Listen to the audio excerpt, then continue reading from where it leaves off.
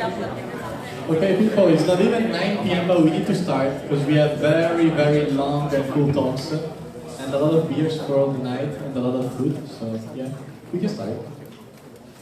Okay, we have started now. And so welcome everybody to Speck&Tech number 25. 25! Crazy.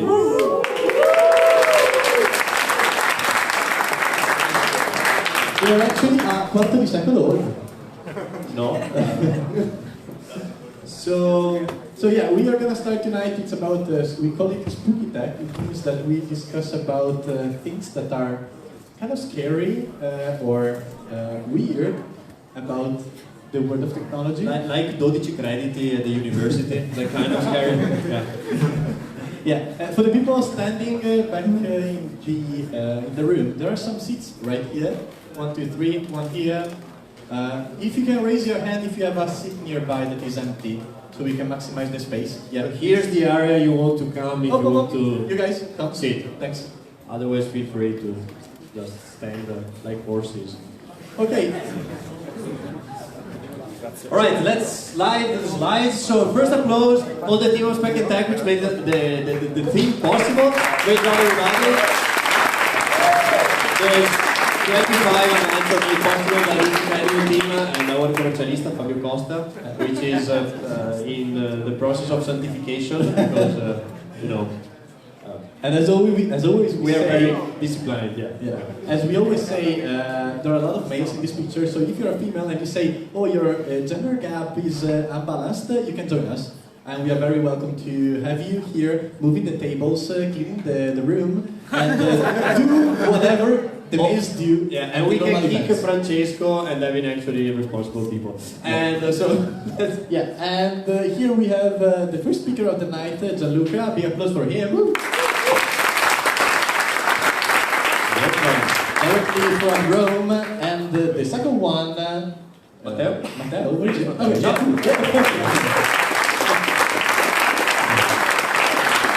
Directly from Milan. Okay, cool. So, two speakers from outside of Trentino. We start, as always, with a brief update on the people that are actually making the event possible. So we give 5 minutes of presentation to the guys from Kino.io. Big applause to Kino, which is sponsoring today's event.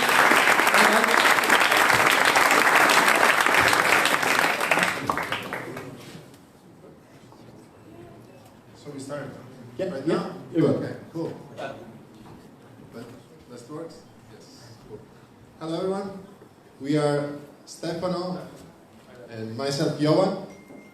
And we are the founders of Kino. It started like Kino, but now it's Kino.io because we are now international. Yeah, as you can see here, a good branding strategy. Didn't work that much, but we are 3 years and a half old. We are the guys that are providing a data security platform for e-health innovators. So what we mean, we skip all the abstract things. We are a tech geek here. So what is Kino.io? Kino.io is a backend as a service, Google Firebase. How many of you are familiar with Google Firebase? Okay. Backend as a service concept. The same as Google Firebase plus some, yes. So yeah, Google Firebase is not okay for health. You know that? Your health data, it's not okay. No. It's not compliant, it's not secure, doesn't work in Europe, doesn't work in US. That's why Kino.io exists. Kino.io is something in the cloud that provides you data storage, consent management. Data storage means also data encryption, access control, right to be forgotten, data portability, all those things related to GDPR. Not mails. We don't send mails updating you about GDPR. Not yet, at least. We didn't see yet an opportunity to spam people. Typically, developers have their app, their cloud, they connect to Kino.io, and they build their app and make it sure, make it secure and compliant. The guys from Belka developed an app on Kino.io. It was great experience, yes. Another company here developed an app. We have customers here in Trentino, but we have also customers across Europe. We started in 2014 winning an idea challenge, a competition from Unity Digital.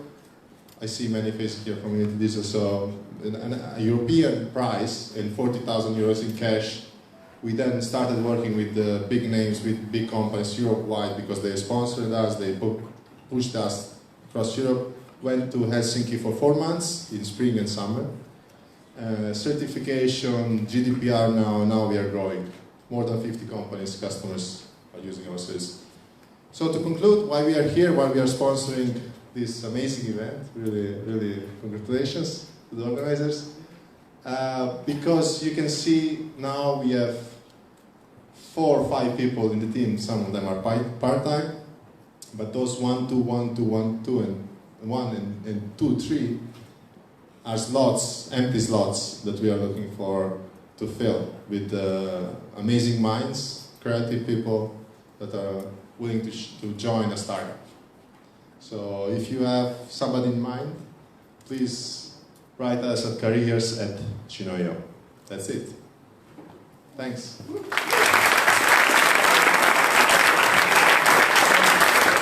All right, thank you very much for providing. Did I wake you up? So thank you very much again for sponsoring the event. I can confirm everything you said about using Chino is not making this up. All right, let's start with the other sponsor. We have Hub Trento, which is Trentino. Actually, I'm not sure if Trento. Which is the place where we are. Is the co-working space? Is the main co-working space? Probably not the only one, but let's say it's the main. Here in Trento, if you need a space to work here in Trento, like if you jump from a place to another, you want to start a startup or something else. Here's the opportunity. Moreover, they have like a 10% off for the summer because there is aria condizionata, and it's a good opportunity that you shouldn't miss if you are dying at home office without AC. Yeah. Then we have Unity Digital, my organization, Giulio's company, Belka. Yep. We have Fatone Cloud, who are the guys sponsoring us with the software. So if you go there, you do a donation of 1 cent, you get an email from us. We pay the taxes, the fees to the Stato Italiano on top of that. So actually, you will get an email saying thank you for your donation. And then we have Diginate. Not from the Stato, actually. Yeah. That's surprising, Yeah. Then we have the name from Diginate. We have Diginate, and Diginate are actually the ones providing us with the beautiful stickers. So let's have some history about the stickers, and then what will be the next one? Can you recognize the next sticker?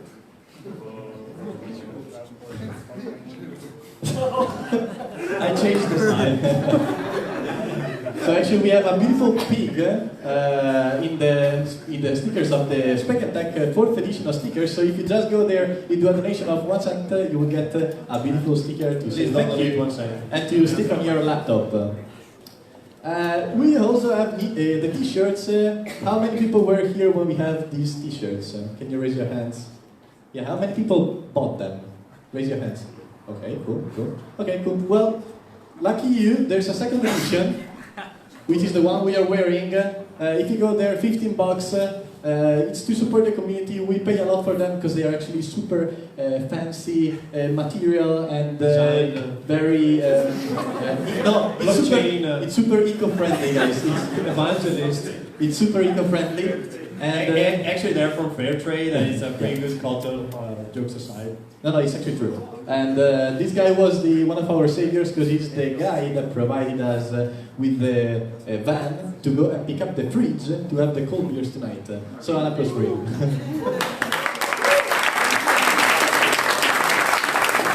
Actually, at the end of the event, we will have a long networking part with a beautiful speck and cold cuts and mortadella and also prosciutto crudo today. Yeah. An applause for Segata. Then Tuesday 1. And then today is the brand new news of Speck&Tech. So we have a post that said, you're the Trentinità of the region. And we need to support you. Yeah, Trentinity. And we need to support you, and they provided us with the beers that you will be drinking and that you are drinking, and also with those very tamarre bowls. feels like yeah, maybe some Gigi D'Agostino could fit. Yeah. Tamar. Yes. Actually, thanks again to Post for providing us with the beers, and you will be drinking all for the rest of your night. If you want to know more about us, go on our website at Speck&Tech. You can also sponsor one of our next events or be one of the speakers. We always look for enthusiastic people giving a talk about cool stuff. And you can also see all the previous issues. So everything that has been presented at Speck&Tech, you can go there, look at the slides, look at the pictures, look at the videos, and also stalk the people on LinkedIn. And there is a dinosaur emoji. Yeah, very true. True. And you can also go there and there's who's hiring. So if you're looking for a job or your friend or your cousin is actually looking for a job, you can go there and there are some open positions. Moreover, we are updating all the job posts with the previous companies that came to Speck&Tech. The positions which are still open are available on the website as well, the one with Chino that we had just before. Yeah. And yeah, just follow us on Facebook and to stay updated, or join our Telegram channel. We have something like 570 people on our Telegram channel. We spam once per day max, sometimes a couple of times per week. If we are spamming too much, just write me, because Francesco is doing much of the spam. We'll fight it. Yeah, blame it on me in case. Yeah. Or if you want to be more active, you can join our Slack team. So we discuss about stuff, or we send pictures of fridges being brought around Trentino to make beers cold. Final point: do you have to donate? So yeah, you have to, because we have a poor association, we have a lot of expenses. Jokes aside, instead of just donating, we have a lot of cool stuff: birds, t-shirts, stickers. So feel free to help the community to continue and stay strong as it's been since now. Yeah. And actually, and actually, if you just go there and you are looking for a license on JetBrains, we have a lot of them. You can go there and just say, hey, I want to have a license of JetBrains, and you get a license for 1 year. We have like 6 of them open now, so nobody wants them. All the students get them for free. So if you're not a student and you want to have a license of JetBrains, just go there and ask at the donation table. Correct. 3 more things. We've been talking a lot. Yeah, sorry. We know that those presentations at the beginning are quite long, so we put a thing to entertain you and keep you. All right, let's get started. And, so, from tonight, big news. New way of asking questions. If you go on slide.do on your phone and you put the password, which is ST25, you can actually ask the question to the speakers. You can upvote them or downvote them. Maybe you cannot upvote. I don't know. You can for sure upvote. You can upvote, and at the end of the talk, we will ask the speakers the questions that get more upvotes. So you can go there, and we at the end we don't ask, hey, how old are you? Oh, you're cool, nice T-shirt. Where you bought them? Do you like ice cream? Yeah, but we ask very interesting questions that most of the people at Speck&Tech said that they're cool. So slide.do. ST25. We will send it also on our Telegram channel later. Yeah, it's an experiment, so since democracy works, so we're trying this. Yeah, cool. I guess. Yeah. Second, last point. We will send out a survey at the end of Speck&Tech. Everybody hates surveys, but this is very important because it's after 2 years and a half of being there. We want to know if you're doing good, if you're doing bad, what we can improve, what we can make cooler. So in the next days, we will get a survey asking you what we can improve as Speck&Tech. So yeah, you will get it. And final point, this is kind of breaking, but save the date. We will have a Speck&Tech retreat for all our community. Who doesn't know what is a retreat? It's actually a 2-3 days weekend in the mountains with all our lovely community. Doing outdoor sports and activities and hiking and enjoying time and relaxing and sauna and wellness and eating. You can translate in Italian like vacanzina nerd. and also all the nerd stuff like talks, workshop, a small career fair, companies being engaged. So it's gonna be cool. If you want to see the date on the 12th to 14th of October, we will have it. We will let you know. We will open the applications at the end of the month. Woo! Woo!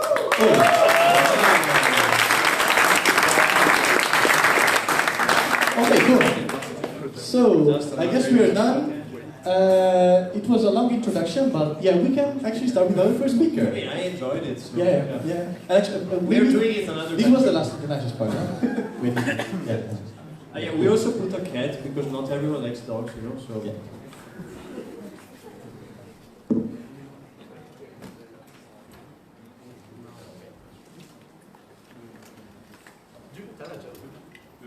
Right, in the meantime, I can tell you about how I had a fridge for the last 2 days in my office full of beers. Because, yeah, the productivity sinks, but we have now very fresh beers at Speck&Tech today. And that's a cool story, huh? I can continue forever, like time that, alright, you're ready.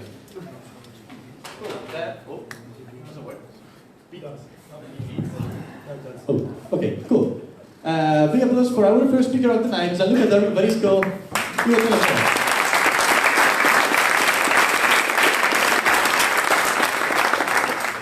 Good evening. Okay, good evening everyone. First of all, thanks for inviting me tonight. I don't know why you wanted to invite me and Matteo, first of all, because Speck&Tech was cool until probably tonight. So, afterwards, I'm not sure you're gonna follow Speck&Tech anymore. Anyway, we're gonna talk tonight about the bad, the ugly, and the weird about IoT. I'm gonna tell you a bit more about myself, first of all. I'm 29 years old for the last couple of weeks, so that's why I want to mention it. And since a year and a half, I've been joining the digital transformation team. You might have heard about it. It's a team led by Diego Piacentini. He is a former VP of Amazon, actually on leave. And we're actually a bunch of nerds that nobody likes. That's what we have been calling. And we do have the dream of changing the public administration, of improving public services. So that's what we've been working on for the last couple of years. Actually, it's been probably 18 months now.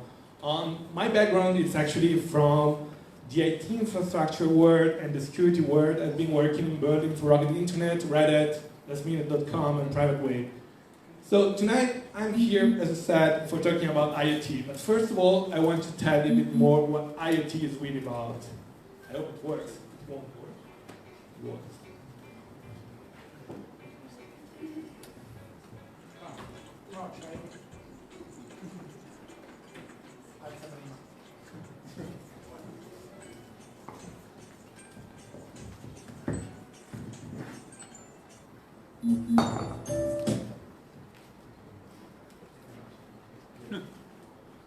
You need to listen from scratch.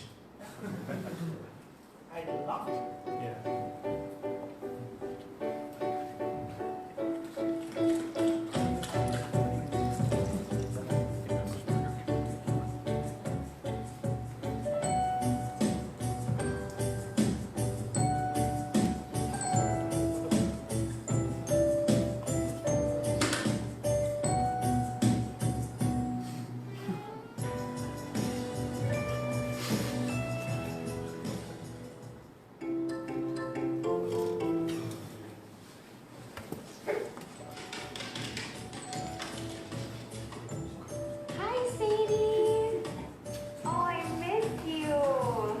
Such a good girl. Sadie, can you sit? Good girl. You want a treat? Pet Chats let you be there with your pet from anywhere. Dispense an all-natural treat. Be a part of their day. So why this? The claim was saying, never miss a moment. And that's where I get interested in IoT.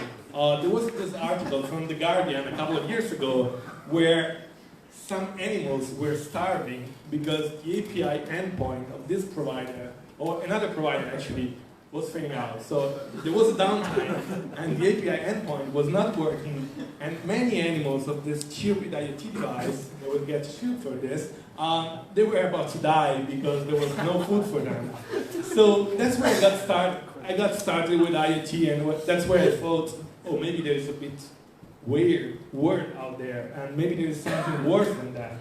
So, of course, I still remember the outage. They even sent out an outage, and that was saying we were experiencing some difficulties.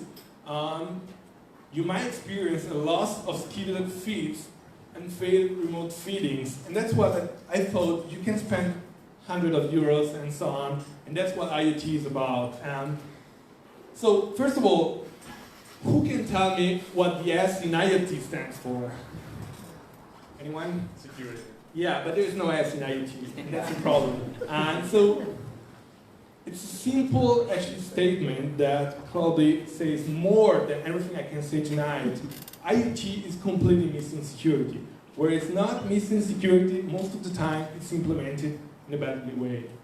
Now, I call it the line of insanity. We started with IP camera, and it was saying, kind of, you need a camera. There was a doorbell, it's reasonable. There's a door lock, it's questionable. Do you really want your lock behind a stupid device or a smart device? And then there was the egg tray. That was, in my opinion, the insane part of it. And tonight I'm gonna go through some of the things I found on the internet while working on the team and before while I was just browsing the internet.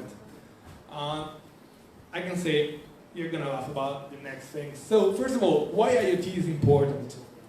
We all have many devices. I think the average we have in our apartments, in our houses, or with us is probably around about 5 to 10 devices each.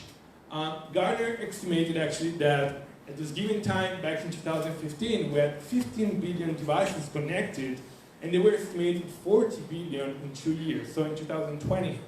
So what I usually say is that you don't have 40 billion devices connected, you have 40 billion zombies connected to the internet. Now, what's wrong with IoT?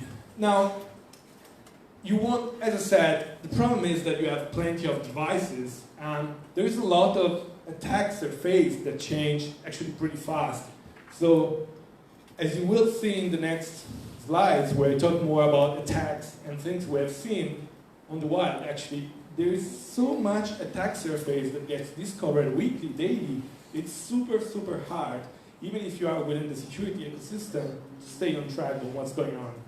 So, of course, the attack surface is one thing, and on the other hand, it's 2018, we're talking about blockchain, AI, machine learning, and so on, but when it comes to security, we're still down to passwords and secure hygiene. So think about patching your firmware, patching your devices. Many of the devices that we have seen on the market or everywhere you can buy them, Alibaba and many other places, many of those devices don't have any chance, any possibility to update them. So you buy them, and forever and ever, you won't be able to patch them. So they are, let me say, broken by design. And then, of course, the other thing about IoT that is really important is that IoT, like I usually call them, it's not a single device made by one vendor. It's one device made by 10 vendors, providing each of them a different component with different security levels. So, as I said, the ecosystem. One vendor usually don't build the whole chain when it comes to building and providing IoT. So, you never know. I want to actually try with you guys. Who has a Roomba, for instance? Okay, do you know where your data goes? Like your map of the house? Nowhere, no Wi-Fi. Okay, you, but the others. So there are some servers actually where those kind of devices store many of those information. One can be drones, one can be Roombas, other IoT devices, even record what you say in your house. So you have no idea usually because it's not written down. So the only way Matteo knows it is either by disconnecting the device or just sniffing the traffic ongoing. And the other thing, as I said, is who has access to your network via proxy connections. So you never know what does in and out those kind of devices. So this is one of the most interesting things because every time I tell this story, they say I'm lying. So this is like from one of the newspaper, one of the most important one. It's about a casino in Las Vegas last year that got hacked through the fish tank. So they had an aquarium, and this aquarium had a few sensors for food, water quality, and so on. And hackers actually found this online, hacked it, and you will think, okay, but what's the meaning of hacking an aquarium? Playing with fishes, killing the fishes? Well, not really. The problem with this kind of devices, and you will see in the other slides, is that you can move laterally. I mean, ideally, you would have these devices within a separate network with limited access to the outgoing network and some ports and protocols and so on. But in reality, those devices are usually in the same LAN segment that you have with all your devices. So you just need to compromise one device to move laterally. So yeah, that was funny because a database with casinos, customer data, credit cards and so on was hacked through this device that they used to jump to other systems. I'm still thinking that they played with the fishes, but I have no proof. And there are a few IoT examples. So first of all, it's not thanks to me that you have this screenshot, but there is a genius on Twitter that is called Internet of Shit. It's an account that you must follow tonight. Starting tonight, you have to follow Internet of Shit. It's probably the best account on the internet after probably DevOps Borat. But when it comes to Internet of Shit, it's actually interesting because you can see a lot of crazy things happening on the internet. It's not fake news, it's real products on the market. So you see lights, they usually say, please stop using your lights while we update to show you. So you have to stop using your house while the lamps, the bulbs, update themselves. And that's a bit crazy, first of all. And then you have like, I'm not gonna tell this, but there's a Japan sensor that will let diaper say baby needs changing. So there are crazy, weird things out on the market that people are buying because this kind of things come with the fact that people are buying this kind of things. But those kind of devices that you're gonna see tonight, they have no security at all. They have pretty bad security. This is fake, unfortunately, but I was ready to buy this. One of the claims was that Norton were making a product like an antivirus for fridges. This is unfortunately free. I mean, the fridge security light is unfortunately fake yet. Why does IoT matters? As I said, hard to detect. Many of those devices are black box. You can't really see what's going on within those devices. Many of them have no logging, or they don't log anything, or they don't tell you what they're doing. Hard to remediate. If you don't have patches, it's sometimes for the average user hard to make a fix. So hard to fix is the other point. And as I said, low-hanging fruit for bad guys. You don't have to think that it's my house, nobody's going to attack me anymore. People are attacking these kind of things because if you sum all those devices, so if you have 20 billion devices, you can bring down the internet. And I'm not telling this just to make this topic play any more sentence. You will see that there was an attack, in a second, that brought 2/3 of the internet down, just with compromised accounts. And so IoT devices that were using, many of them got compromised. You know how? Well, even easier. Actually, many of them were hacked because they had factory credentials. So admin, I actually know many of them in my memory. So it's admin, password, user no password, admin no password. So usually when I want to impress people, I just press enter and I'm in those devices without knowing what to do and how I did it. So this kind of devices, in addition to the fact that many of them have vulnerability across the authentication and the authorization layer, of course, putting together those devices, it's way easy nowadays to build botnets that can make damages. Why this situation? I mean, if you look at the web app stack, we have you have the usual web stack that we all know about. Web application, the data format part, the application layer, the transport layer, the internet layer, and the network link layer. But if you look at the IoT stuff, you have so many protocols, and many of them are way stupid. So many protocols, so many complex or stupid protocols, they don't let you do security at all. So at the application layer, if you look at the IoT stuff, if somebody worked with CoAP or MQTT or XMPP, you can tell me a bit more about this. But the internet layer, of course, and the network link layer, those are way more complex to manage and to do properly than the web app stack at all. So if you look at, as we mentioned, one of the main problems is the attack surface. Usually when I do this kind of analysis, I look at the simple things.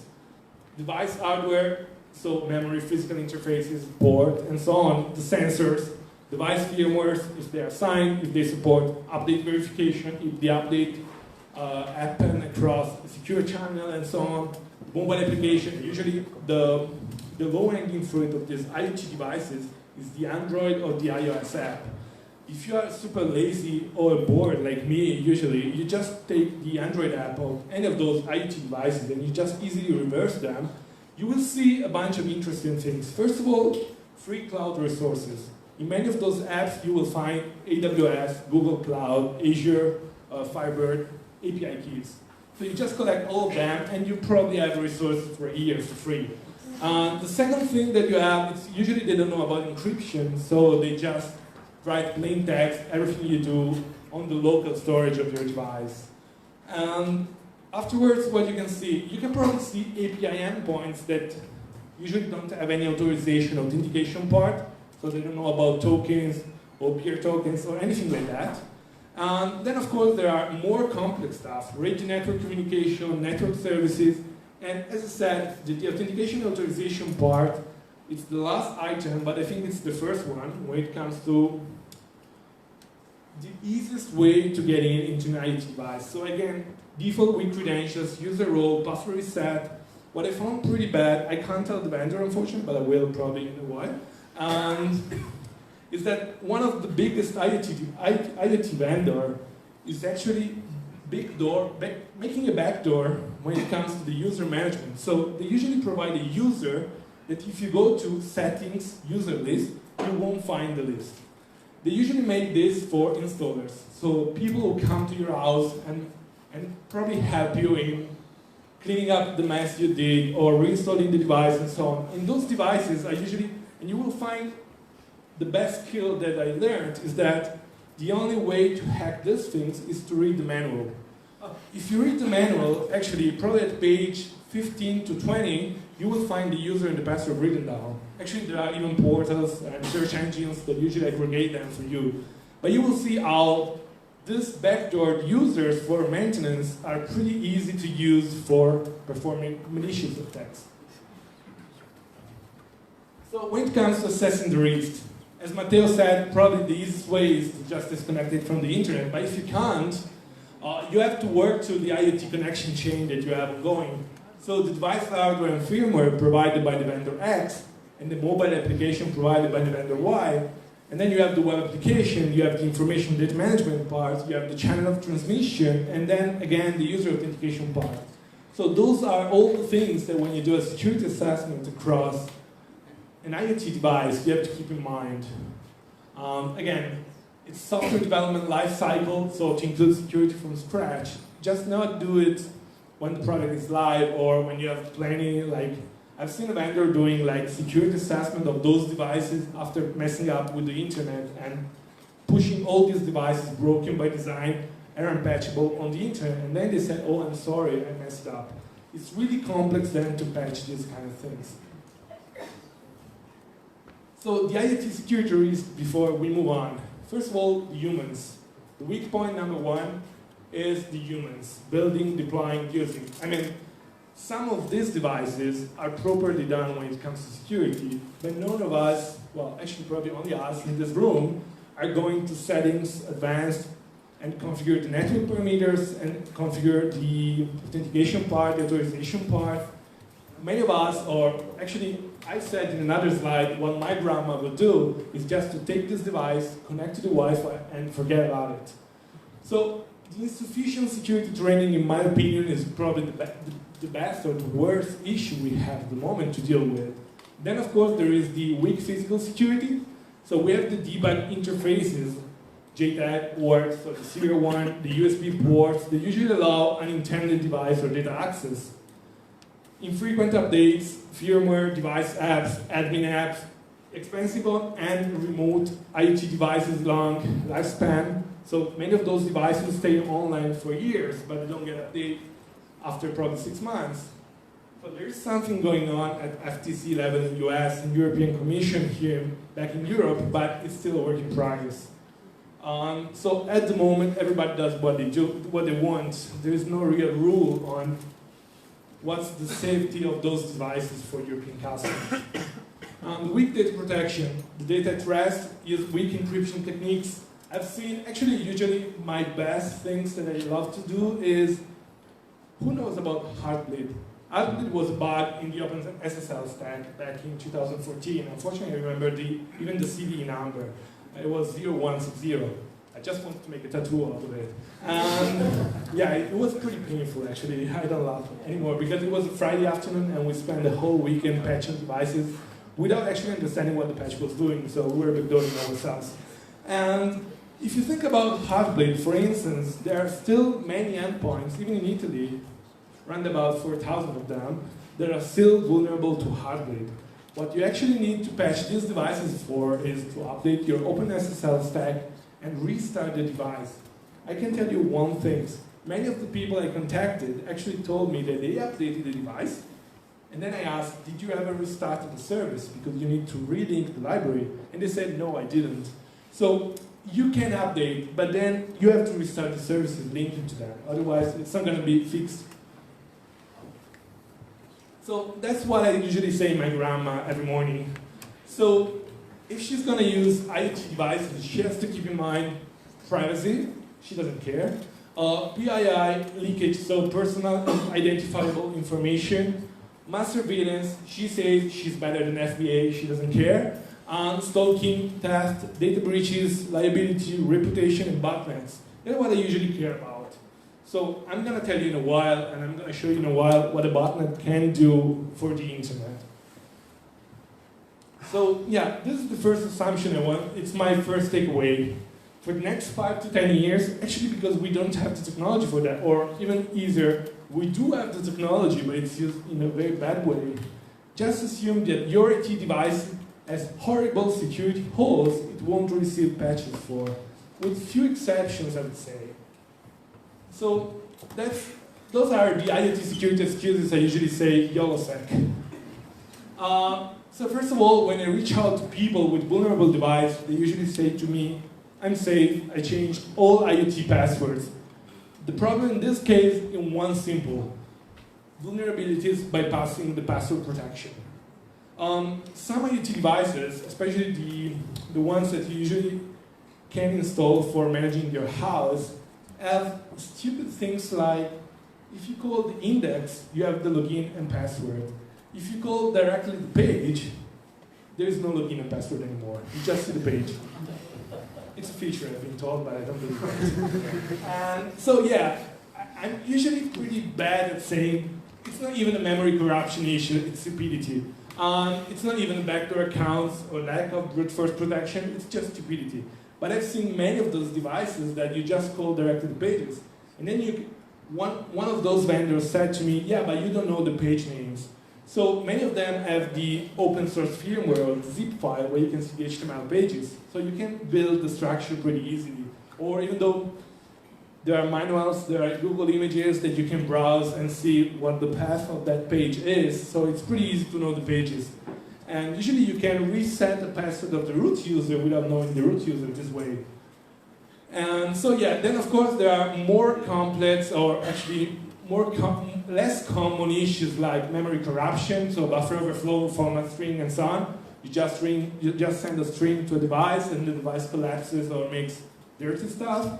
And then you have backdoor accounts, like I was saying, or if you have plenty of time, none of them have a brute force protection or CAPTCHA and so on. So you just keep trying. At one point, you will get in. Especially because, as I said, people use the same password everywhere. So yeah, again. The second answer that I usually get is, I'm safe, I regularly patch all of my IoT devices, and then I usually ask them to provide me the release version, and the release version is 2011. In the time frame between 2011 and tonight, actually many of the vulnerabilities across all the layers of the stacks got in and got actually distributed as well, disclosed. So in one point or the other, you have vulnerable device. So most of them do not usually not get a patch ever. And yeah, this is the worst actually. The problems with direct connection. Like I said, my grandma just take a device out of the box, plugs in, either she has an Ethernet cable, usually she doesn't, so she just uses the Wi-Fi, and usually the device has to go within the local network. But many of the IoT devices, not to talk about the SCADA systems or the industrial system, usually go straight to the internet routable address. So IPv4 or IPv6. Oh yeah, I usually have to fight because I find IPv6 devices and IPv4 devices. They usually close on the firewall the IPv4 rules, but they usually forget about the IPv6. And sometimes actually can't show the email, but I have emails like, yeah, but nobody uses IPv6, so who cares? So yeah, I usually say that if you have a device, it doesn't matter which kind of level of security it has, just prepare for the apocalypse. I love to say that CCTV, like cameras, there was a botnet a few years ago that was targeting the CCTV cameras. And so CCTV is nowadays OCTV. So closed became open. Many of the cameras, they're actually, I'm going to show you later on some search engines where you can even actually watch people sleeping or people working or doing nasty stuff. And those cameras are just vulnerable and on the internet. And this is probably another thing that actually we laugh about, but it's pretty bad. One vendor decided to restrict the IoT device and the connectivity behind the whole network. It's like if we have Telecom Italia, and we decided our firewall rules include all customers from Telecom Italia, just include me. So, so if you look at this car, actually, you connect computers were linked to the internet by Sprint cellular network. So only other Sprint devices can talk to them. So Charlie Miller is one of the best hackers when it comes to automotive. Actually just bought a burner device, a burner SIM. He made a Wi-Fi hotspot within the Sprint network, and he was able to reach the network of a Jeep remotely connected. So yeah, I usually say, what the fuck were you thinking? Because you can't really firewall or make firewall rules out of the whole network. Just think about if you would whitelist people within Telecom Italia network, okay, you probably exclude the Vodafone ones, but it's not really a firewall rule. And this is one of my best, actually. The device is unexposed in my area. Especially when it comes to industrial systems, I usually find them on the internet through stupid scanners or search engines and so on. And when I write them, they usually say to me, no, it can't be true, the device is next to me physically. So it's usually a SCADA system or a printer, especially when it comes to university. And so, yeah, this person just thought about, there was a wireless Wi-Fi on a wireless network that was open, and she just left a message, and if it would be me, I would just print thousands of these pages. And actually, one guy did it in universities across the US. Don't do it at the Italian university, otherwise it comes to me. So when you say, another thing that I usually get, and that is probably the nasty one, I'm safe, my home network is behind NAT. NAT is sneak evil. Like I said, users believe that they are safe behind home router NAT. But there are actually many of those devices are created in ways to bypass NAT, to reach the NAT that you have seamless. So you don't have to do anything, and you are just going to reach out the device even if it's behind NAT. So yeah, I mean, there are many actually of the protocols that are pretty nasty and pretty bad. If I would be you and you manage your firewall, just go home and disable, like UPnP if you don't need it, IPv6 if you don't want to manage it. Teoido is actually encapsulating IPv6 packets within IPv4 datagrams, and then the cloud. Yeah, I mean, with the cloud, we're going to probably talk about this for weeks. We don't have weeks. We have a few years left, probably. So when it comes to cloud, it's a mess. When it comes to cloud, just think about the NASes, like the storage that you have at home. Many of those storage are on the internet with default credentials or default services. Probably the best things I usually see on a daily basis from offices, especially in Italy or other countries, it's the file servers. Many of them have file servers with anonymous access, just because it's so complex to manage domain users and so on. So they just open straight all kind of services, Samba, FTP, HTTP, all kind of device, all kind of protocols. And so yeah, you can find actually on the search engine I'm going to mention in a while, you can see dozens or if not thousands of devices. So usually at this point of my presentation, they say to me, yeah, it's whole IP. So there are several cases that are disclosed, that have been disclosed and that have been disclosed in the last 3 years. Many of them you probably have heard only DDoS. So denial of services attacks that brought the internet down just by sending a lot of traffic to those devices. But things are getting pretty worse. Let's start with a few examples. That is from 2015 actually, so it's pretty old. VTech was making tablets for kids. Those tablets for kids were mostly for e-learning and they were connecting to Wi-Fi. The database actually was in a bucket or actually on infrastructure on the cloud. It was pretty misconfigured. So a database of first names, genders, birthdays, or more than 200,000 kids just got stolen and potentially you can map those kind of users. Yeah, there was a Barbie on the Wi-Fi. I actually tried to change the name Wi-Fi with what the fuck Wi-Fi. It wasn't sound so pretty good, so I wanted to do that. So yeah, there is nowadays a Barbie with the Wi-Fi version.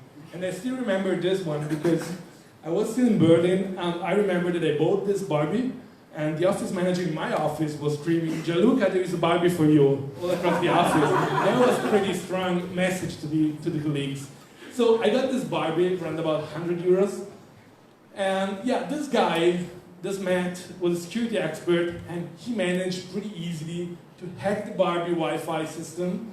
And he was able to extract Wi-Fi network names, account IDs, and what's scary, MP3 files. So the Barbie was recording the area. So a kid could just press record and the Barbie would just record what's going on nearby. And so yeah, I mean, imagine with this kind of data, you can probably track down someone's home. So let's talk about serious stuff, because Barbie can be fun, but also not. So there was a hosting provider, actually cloud provider, providing anti-DDoS services and CDN and so on. This provider got attacked, and the domain name system of Dime, one of the biggest domain name services, got disrupted. So 1/3, actually not 2/3, 1/3 of all internet users in the US and Europe get affected. Many of the users did realize it because they weren't able to access Amazon, PayPal, GitHub, Netflix, Visa, Twitter, Slack, and so on, especially when it comes to Slack. People are noticing nowadays. So why did it happen? Millions of IoT devices. Like I said, misconfigured devices, weak credentials, misconfigured devices also when it comes to vulnerable devices. So all these devices got put together in a botnet called Mirai, and this botnet just started to attack the whole internet through attacking the Dime DNS provider. And other recent troubles, so only good things actually for me today. 400,000 vulnerable pacemakers from one hospital in US. Those were implantable cardiac devices with vulnerabilities. So it sounds so weird that in your heart you have unauthorized remote access. You can delete battery, change pacing, or deliver, but just think how weird is it. Or deliver shocks, actually, sorry, I forgot shocks. Or deliver shocks. And another thing was the baby heart monitor. So there were connectivity elements within, like there was a Bluetooth connection, or yeah, it was Bluetooth connection that was not properly secured, so it was possible actually to bypass the protection in it. And then there are some interesting things happening in US, especially. One is the FTC versus the link. So there is a legal side of IoT insecurity. So there is a lawsuit against D-Link because the company is being told they put millions, actually thousands, but even millions of devices vulnerable on the internet. D-Link was one of the biggest impacted when it came to Mirai. So they had misconfigured devices because of some vulnerabilities, and they couldn't react or they couldn't patch the devices in the proper time. So they had unauthorized access to XMP cameras and so on. So first of all, one of the commission in US decided to go against D-Link, and that was the first. And then there is a customers versus John Deere, because the US farmers are actually disputing, I think it was in Virginia these days, the rights to repair the tractors. Because those tractors actually contain embedded software, but with actually a strict license where you can't and you are not allowed to change the device parameters or the software behind it. So actually the repairing has to happen on the certified John Deere contractors. So actually the farmers are pretty straightforward, they want to fix their sows, and they're fighting pretty hard for that. So when it comes to the example of malwares, actually you're going to find also the source code of many of them on GitHub. Mirai and its variants are still happening. There are, on a monthly basis, new variants of Mirai actually adding modules for hacking to more devices. And then there are other malwares and worms actually targeting vulnerabilities that, if you look at the names, are probably 3 to 5 years old. Shellshock, SSH, credential brute force, Telnet, credential brute force. Again, many of the time when you see brute force is enter. CSRF, default credentials, DNS change, Telnet credential brute force, social engineering frauds. So there was this Linux moose that the only thing he was doing was liking posts on the internet or on Facebook, just viewing videos to increase the counter and follow accounts. And then of course there are nasty things like DNS change plus redirection to fake Chrome installer, where you can actually steal the password database of Chrome, and then crypto mining of devices. It's happening. Monero is one of the things, but there are all kinds of crypto mining actually targeting misconfigured devices. So Seagate is one thing, but I think also other vendors get impacted by that. So they usually just use vulnerabilities or not even a vulnerability. So if you look at this, it's not a vulnerability. It was an FTP with anonymous access, with write access. And it was actually execution access. So you add FTP for uploading the files and SSH for accessing it, or Telnet. So a recap. What I'm talking about tonight is actually many things I've encountered in my experience with the team, in the sense of those devices are actually exploitable, are on the internet, and many of those, well, not the first one, but many of those devices actually belong also to Italy. So it's every state responsibility to fix this device. Actually, every person responsibility to fix these devices. So as I said, third-party services, firmware, and software. Some vendors put a lot of trust in their supply chain. Many of the vendors that I reached out, or other researchers reached out, first of all, there is legal unclarity whether you can do reversing on those firmwares, on those devices without approval. So sometimes when I reported vulnerabilities, the first feedback I got was the lawyer saying, you committed a crime, you committed unauthorized access to your device. And so, yeah, we need to change this trend. Actually, there are a few things coming up in the future, and I'm going to tell you in a while. But IoT is a complex ecosystem. First of all, the frameworks, the protocols, and design partners are still not defined. So can you believe it? It's still a lot of protocols and none of them. So people are using everything that they can find on the internet to put together a device ready for the market. So it's difficult for a single IoT vendor to be proficient in security across the whole chain. It's not only the device itself. It's mobile, it's cloud, it's backend, it's web application, it's firmware. I've seen IoT devices that have no IT department. So they usually do everything in outsourcing, and they just make the box to market it. And when it comes to reporting vulnerabilities, so like I said, we need to change the trend in the way of people actually report back to us. When you report vulnerabilities, you must receive feedback. You shouldn't have to find the contacts of the vendors on the internet by looking through Google usually I find those contacts sometimes on page 90 of Google. So I have to go next until I find those contacts. So people just need to find a way to expose a CVD policy. It's a coordinated vulnerability disclosure policy.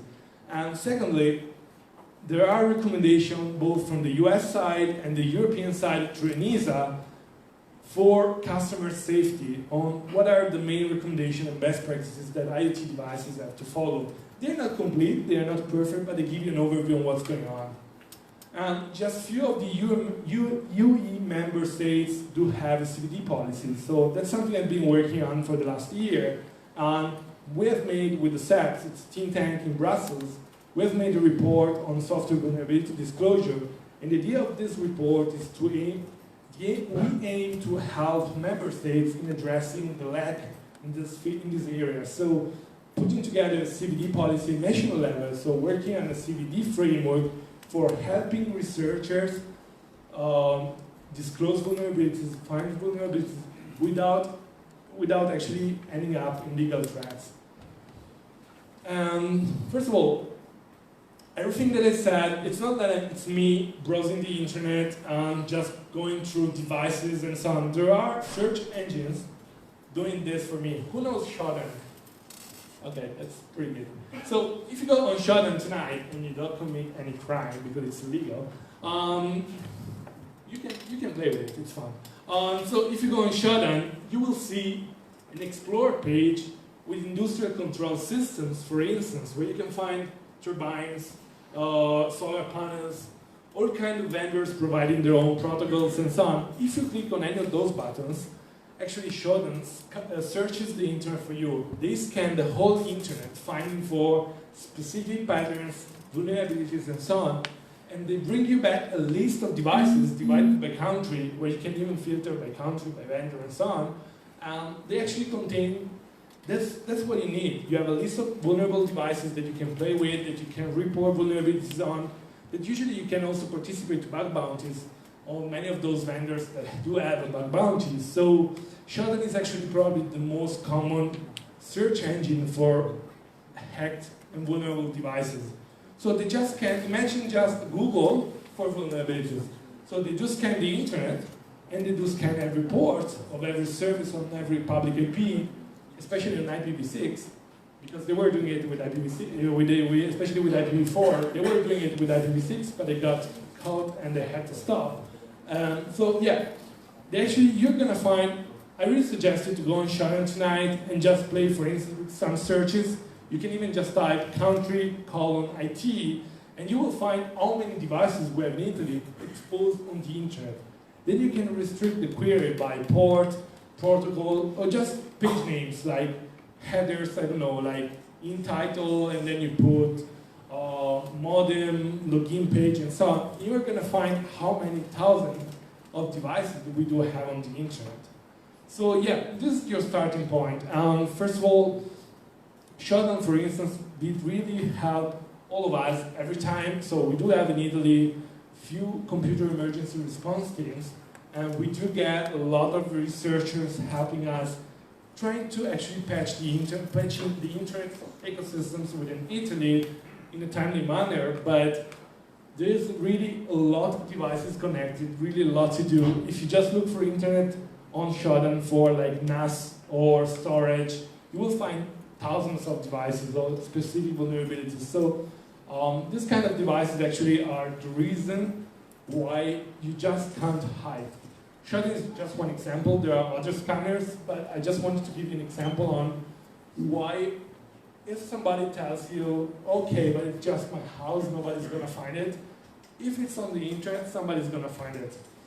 If you just try with it. If you spin up a machine on a cloud provider, and you just look for the SSH connections, incoming ones, you will see that within probably 1 to 5 minutes, you will get incoming connections from China, Russia, or other countries where they have a lot of botnet activity. So the moment you put the device on the internet, unless it's patched and secured, you have to consider it mostly compromised. So if you put just a weak credential or no credentials at all, you will get compromised in a while. So yeah, that's all.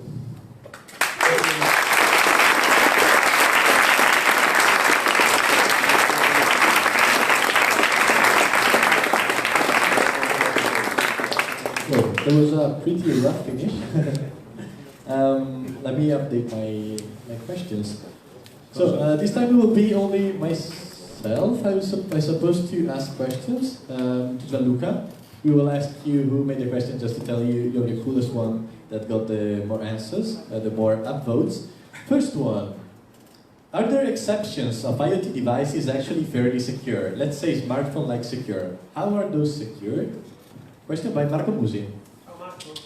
Whoa.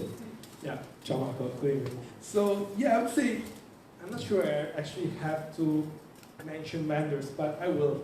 IKEA, for instance, and I wouldn't think about that, but IKEA made light bulbs that are super secured. So they're really made from scratch, secured, and I won't say that are impossible to hack. Everything is actually possible to hack, we all know about this, but it's where you can see that they put some effort in securing the whole chain. So development, API endpoint protection, authentication, authorization.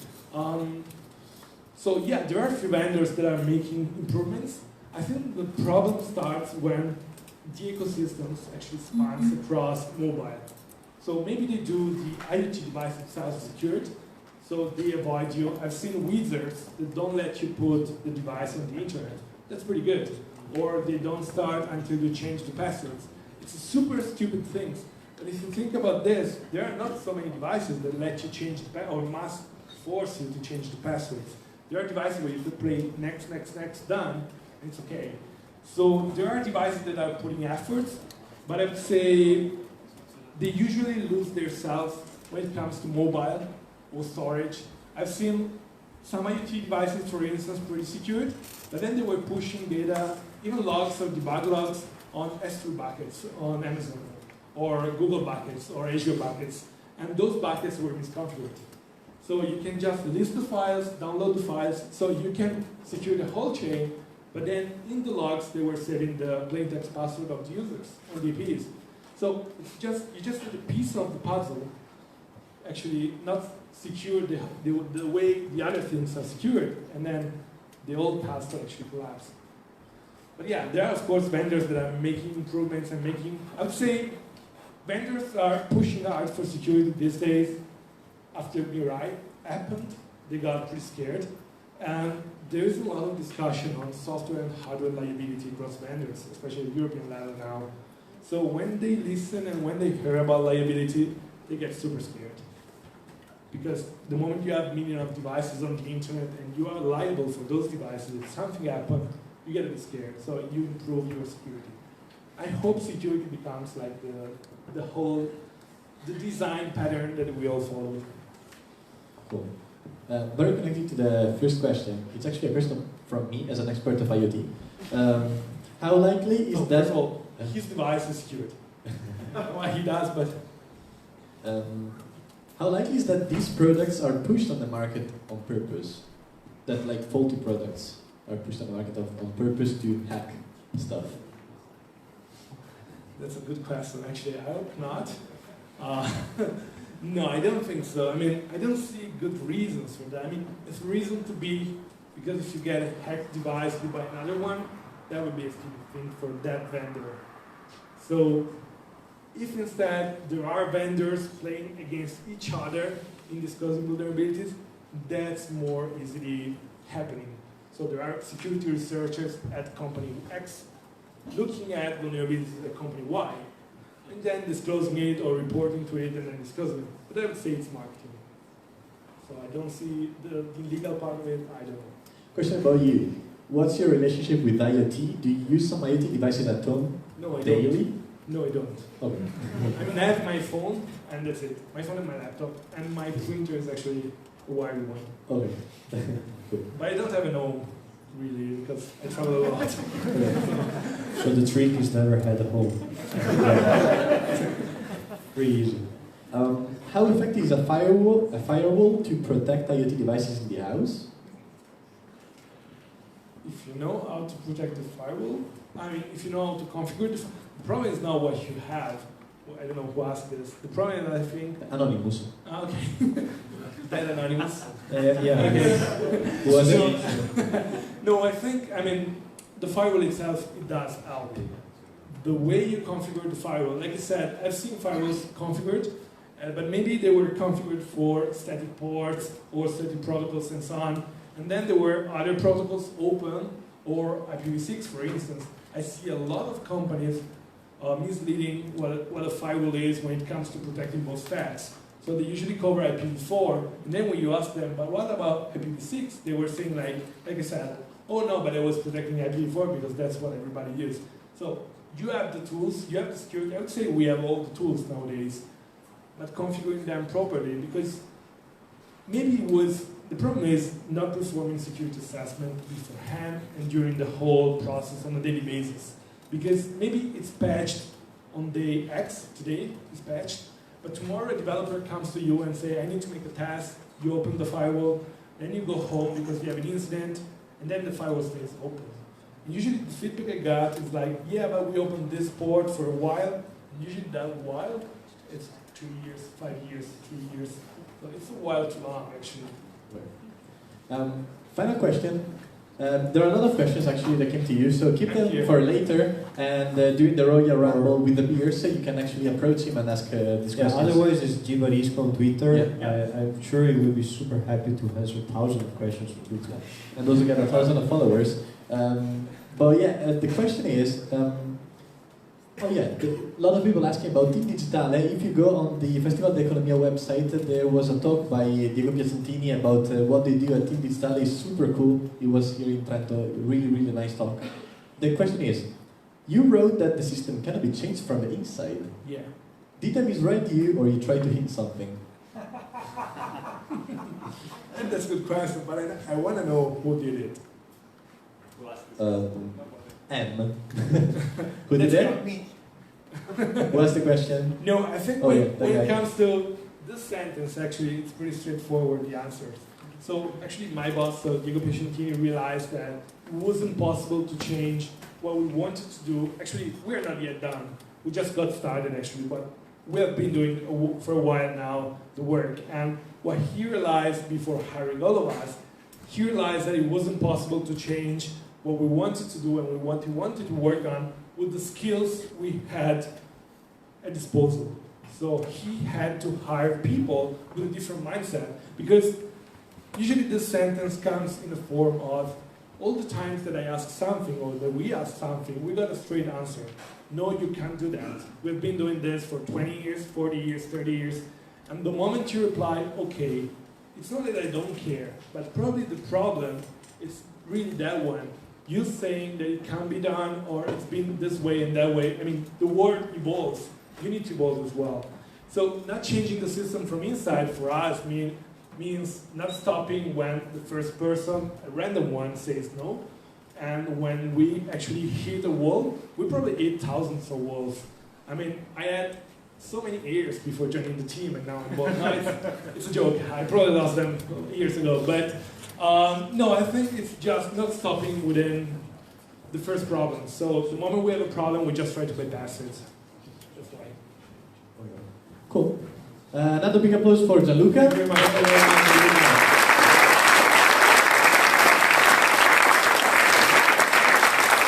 He's actually going back to Rome. So there's gonna be some time to talk to him later. Matteo, right before starting, we have a 5 minutes break, but like 5. You can just stretch your legs, go to the bathroom, get a beer, get something, but like 5 minutes because we're already late.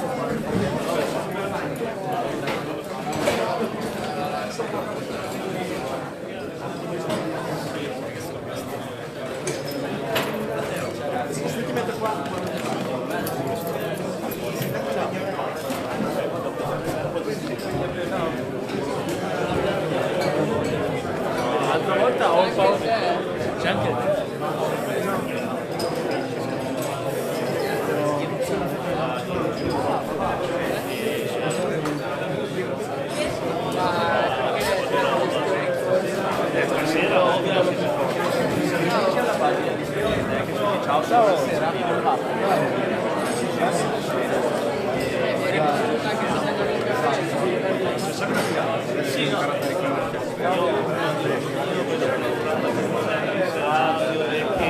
Sono un po' dentro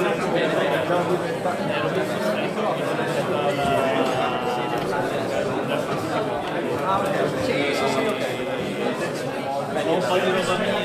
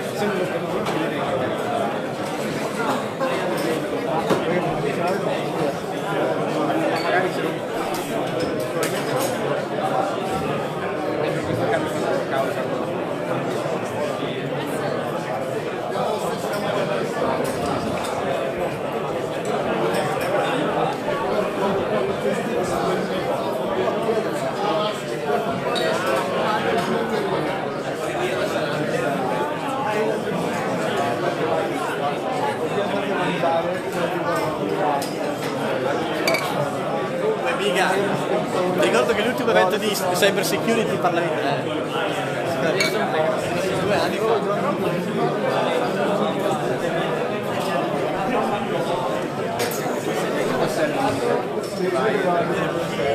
Facciamo le date.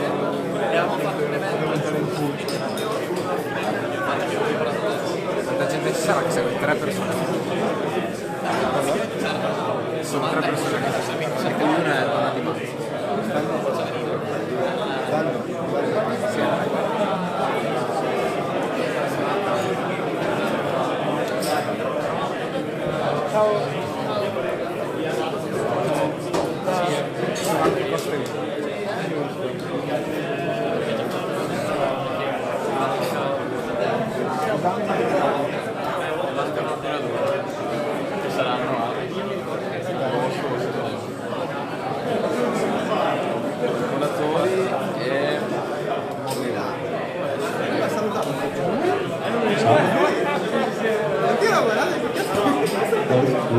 People, okay, let's go back. Night is long. Remember, if you don't drink a beer now, you keep it for later.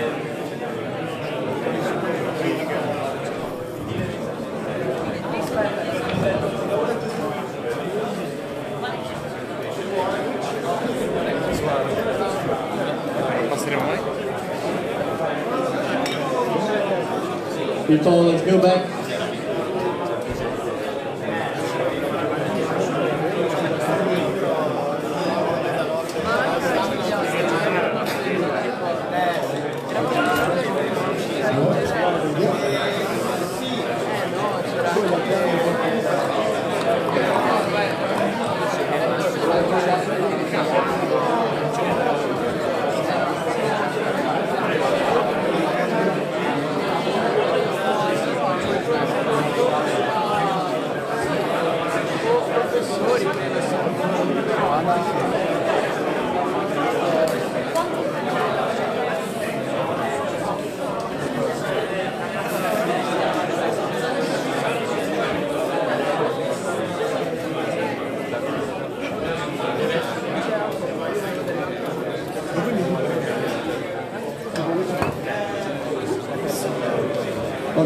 Okay, people, please take a seat. We're starting.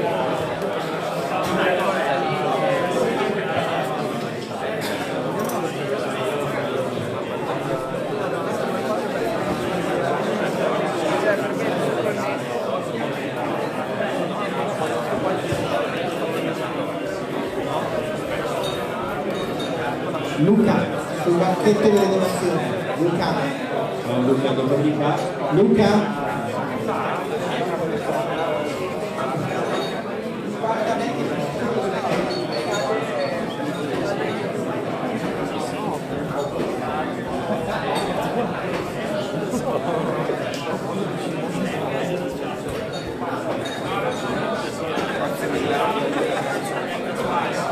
the rescue.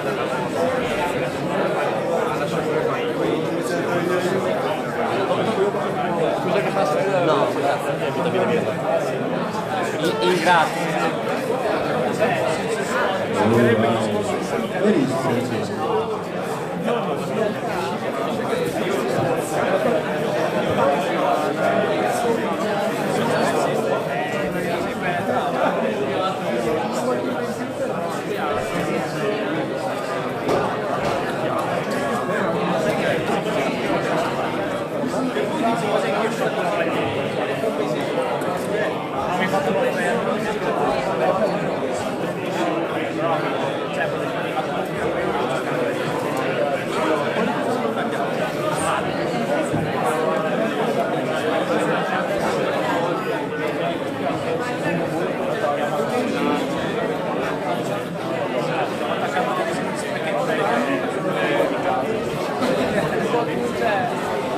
Speck&Tech is restarting in 45 seconds. Please take your seat. Mind the gap between the train and the platform. Okay, we are now arriving at Speck&Tech piece number 2. The station is Covent Garden. Okay, please, silence. Okay, the longer it takes to start, the later we have the Speck&Tech views. So, yeah, it's up to you. Let's just play that TV. Okay, cool. Let's cut it short. Second speaker. Alright, say a warm applause to Matteo, which is our second speaker. Alright, thank you very much for that. Here we go. Just before starting, say hi. Yeah. Sort of the tradition, you know. Okay. So, I'll try to keep you awake. It will be difficult, I know. I'm not as much as a good speaker as Gianluca is, but I will try very hard to keep you entertained. So, how many of you know about these titles? How many of you knows about this title? Okay, down. Who doesn't know anything about this title? Okay, shame on you. Okay. The title is from a very famous book by Philip C. Clarke. You normally call it in Italian Il cacciatore di androidi. And you may know it with another name. That is the name of the movie that has been made from this novel. That is Blade Runner. Blade Runner is a complex book. In the original form, in the book form, not into the movie part, there is this little difference between humans and androids. And at several points during the book, the protagonist asks himself if androids dream during sleep or not. What is this talk about? It's not about answers, okay? It's about questions. I'm unleashing 10 questions upon you, and a lot of citations during a lot of quotes during the speech itself. The most profound questions I've been able to make about what? About ethics of artificial intelligence. How many of you are involved with artificial intelligence and machine learning directly? Okay? This talk is mainly for you. How many of you are in some sort of field involved with algorithms and libraries? Okay, this talk is for you too. It will be a little more difficult for you to fit in, but you have to understand what the underlying ethic is all about. How many of you are data analysts of any sort? Okay? It involves you too, in a very deep, deep way. So let's start. Oh, this is the book, by the way. A little bit about me. My name is Matteo. Ciao Internet is the phrase I start all my videos with. I've got a vlog, a daily vlog, about stuff on the internet. How internet changed our perception. I've been hacking for as long as I can remember to read. And right now I've got a couple of companies. One of that is dealing with online reputation. The other one is a legal tech company. I'm expert witness in a lot of different legal proceedings about technology, and I'm one of the co-founders of Hermes, that is the Hermes Center for Transparency and Digital Human Rights. I'm nerd, I'm Buddhist, I'm vegan, so the spec here is not for me. Okay. Ooh. You know, I normally do not feed with pain. And so, let's start.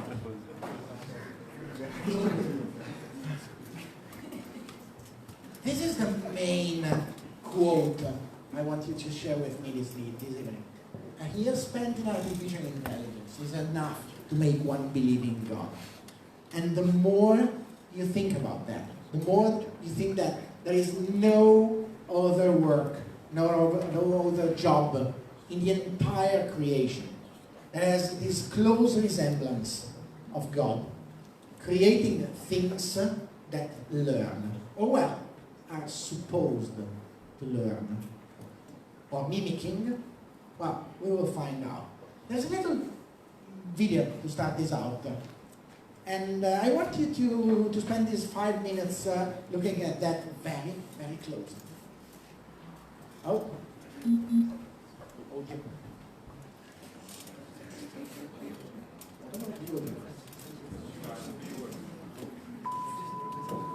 Customer pilots directed almost 3,000. It allows you to separate the bad guys from the good. It's a big deal. But we have something much bigger.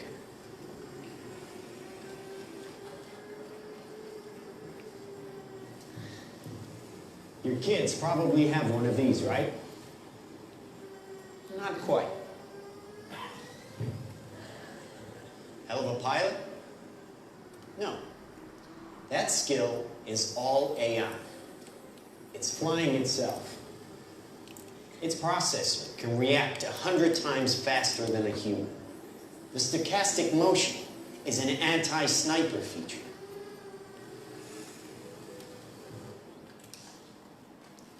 Just like any mobile device these days, it has cameras and sensors, and just like your phones and social media apps, it does facial recognition.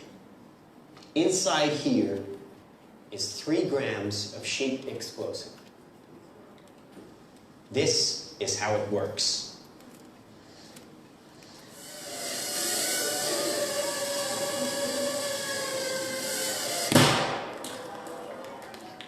Did you see that? That little bang is enough to penetrate the skull and destroy the contents. They used to say guns don't kill people. People do. Well, people don't.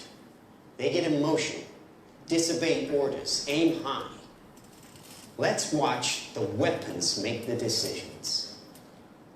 Now, trust me, these were all bad guys. Now that is an airstrike of surgical precision. It's one of a range of products. Trained as a team, they can penetrate buildings, cars, trains, evade people, bullets, pretty much any countermeasure. They cannot be stopped. Now, I said this was big. Why? Because we are thinking big. Watch. A $25 million order now buys this. Enough to kill half a city. The bad half. Nuclear is obsolete. Take out your entire enemy, virtually risk-free. Just characterize him, release the swarm, and rest easy. These are available today. We have a distribution network taking orders from military, law enforcement, and specialist clients. The nation is still recovering from yesterday's incident, which officials are describing as some kind of automated attack, which killed 11 U.S. senators at the Capitol building. They flew in from everywhere but attacked just one side of the aisle. It was chaos. People were screaming. You can see high windows, very small, precisely punctured to gain entry to the building. What did you do for the victim? I just did what I could for him. Things weren't even interested in me. They're just buzzing. Government sources admit the intelligence community has no idea who perpetrated the attack, nor whether it was a state, group, or even a single individual. So if we can't defend ourselves, then we strike back. We are investing very heavily in classified defense projects. We make it our deterrent like our nuclear deterrent. We stockpile in the millions, the billions. At key facilities. The White House, the New York Stock Exchange, Wall Street. Well, we wish we had boots on the ground in every community in this country, but we don't. Ollie? Ollie, oh, hi. Hi, Ollie, honey. How's Edinburgh today? How are all your studies going, huh? Good. Great. Oh, great. Hey, aren't we doing a video call today? I'm kind of with people, so... Oh, well, come on, Oliver, put her on. Oh, no, it's not like that. Well, listen, I see some photos here with somebody, and I can see lots of likes, and what's that all about? Oh, shit, here, it's on your Mom, is that the spy stuff in the military? What is this video right here? Oh. No, I'm not going to click on it. It's just this human rights thing on oppression or whatever. Honey, you're not going into politics, are you? I mean, don't get me wrong. It's safe here, just like you said it would be. Heavy traffic approaching the A720 this morning. Police are not saying this morning what prompted the alert. Claim relaxing firearm legislation would be useless against the so-called slaughter bots. As to stay away from crowds. When indoors, keep windows covered with shutters. Protect your family. Stay inside.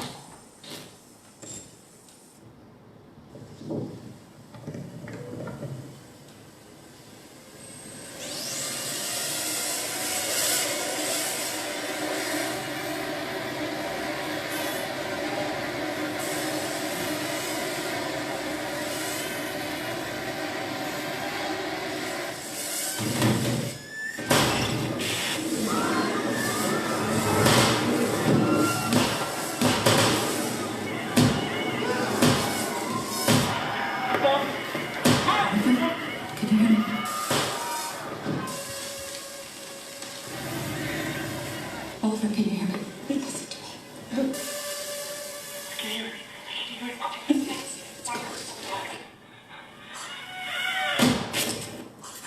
Authorities are still struggling to make sense of an attack on university campuses worldwide, which targeted some students and not others.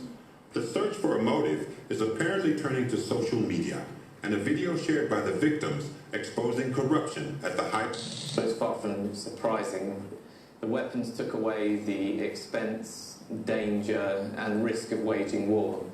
And now we can't afford to challenge anyone, really. It's not even the smallest fringe group or a crank. Who could have done this? Anyone. Dumb weapons drop where you point them. Smart weapons consume data. When you can find your enemy using data, even by a hashtag, you can target an evil ideology right where it starts.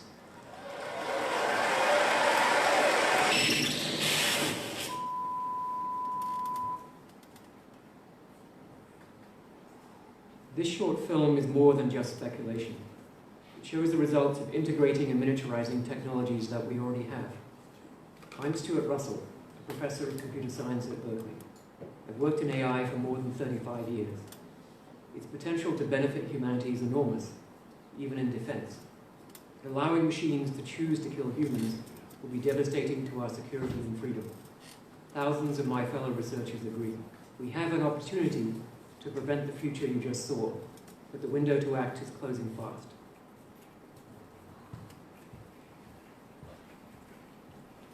Let's start easy. Well, for a very broad definition of easy. Are we ready to kill? Are you ready to kill? Are you ready to code something that will kill a human being? As a coder, as a developer, as a data scientist, are you ready to do that? That is easy, you know. You're not ready to kill someone directly, but that is this sort of bayonet theory.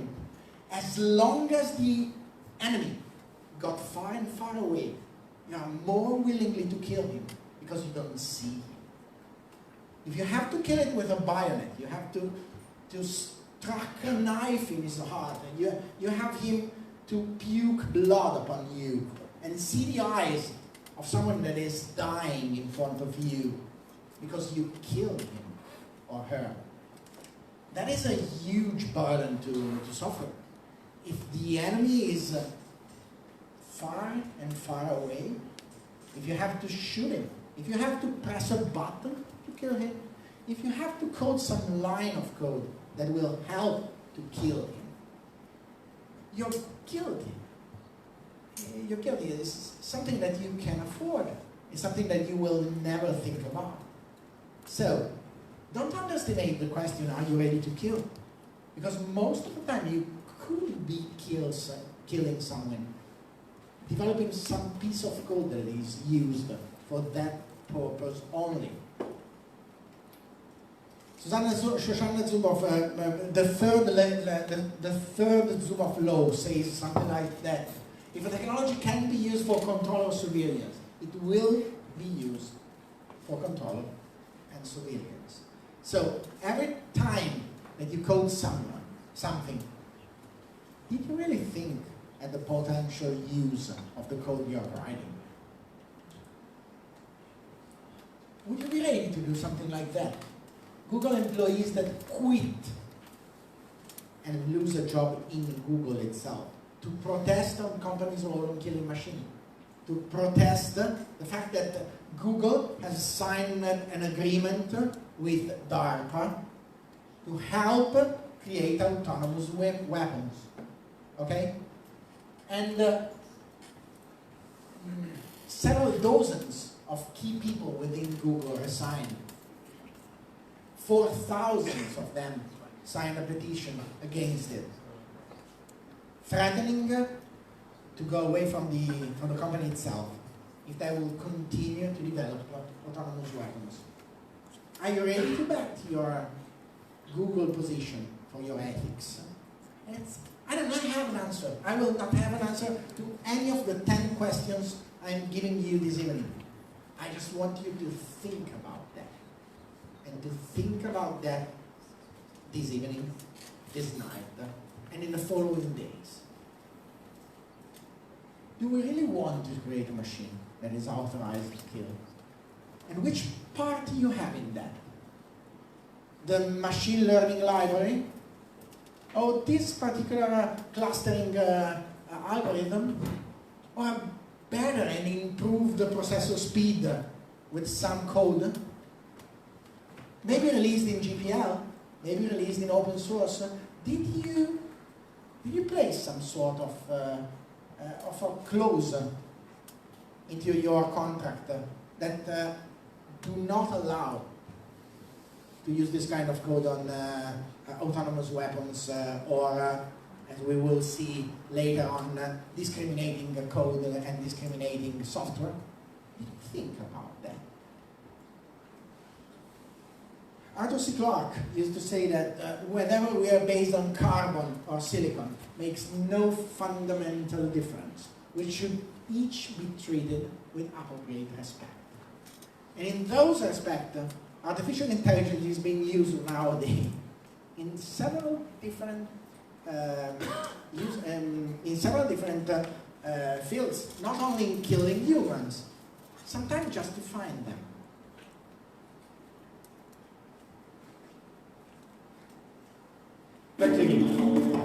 Maybe these guys aren't in on the joke.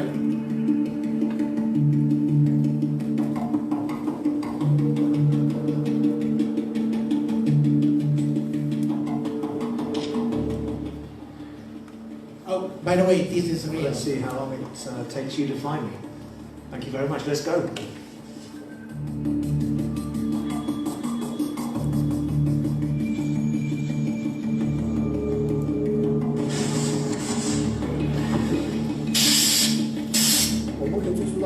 出现了一张脸，都可以对应说他的身份证以及它所经过，比方说在过去1周，我们回溯它的行进路程，我们也做了像人和车的匹配。那同时在人上匹配还包括亲属关系匹配，然后是你经常接触的人员之间匹配。就是当摄像机布到或者我们传感器布到一定密度的时候，其实我们会经常知道你跟谁今天在一起。So already on this bridge, I can see 1, 2, 3 CCTV cameras. 哎，对，就是都在，就是都在。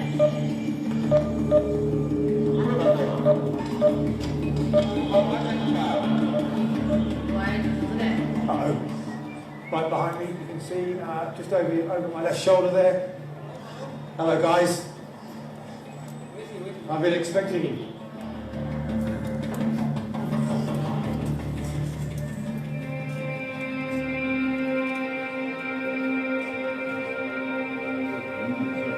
那我觉得每天你都感觉到有一只眼睛盯着你，一只无形的眼睛，不管你干什么事儿，你总是有所顾忌，高科技为那个警察维稳提供了方便。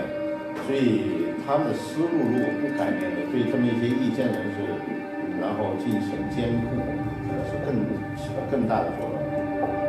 他们对平民老百姓是老百姓需要帮助的时候，我们才会录入这些系统。那他不需要帮助的这种情况，那么我们是不需要采集他的信息的。那这种信息只是在我们大数据里面有它的信息就行了。那在什么时候使用，是根据我们的需要来做这项工作。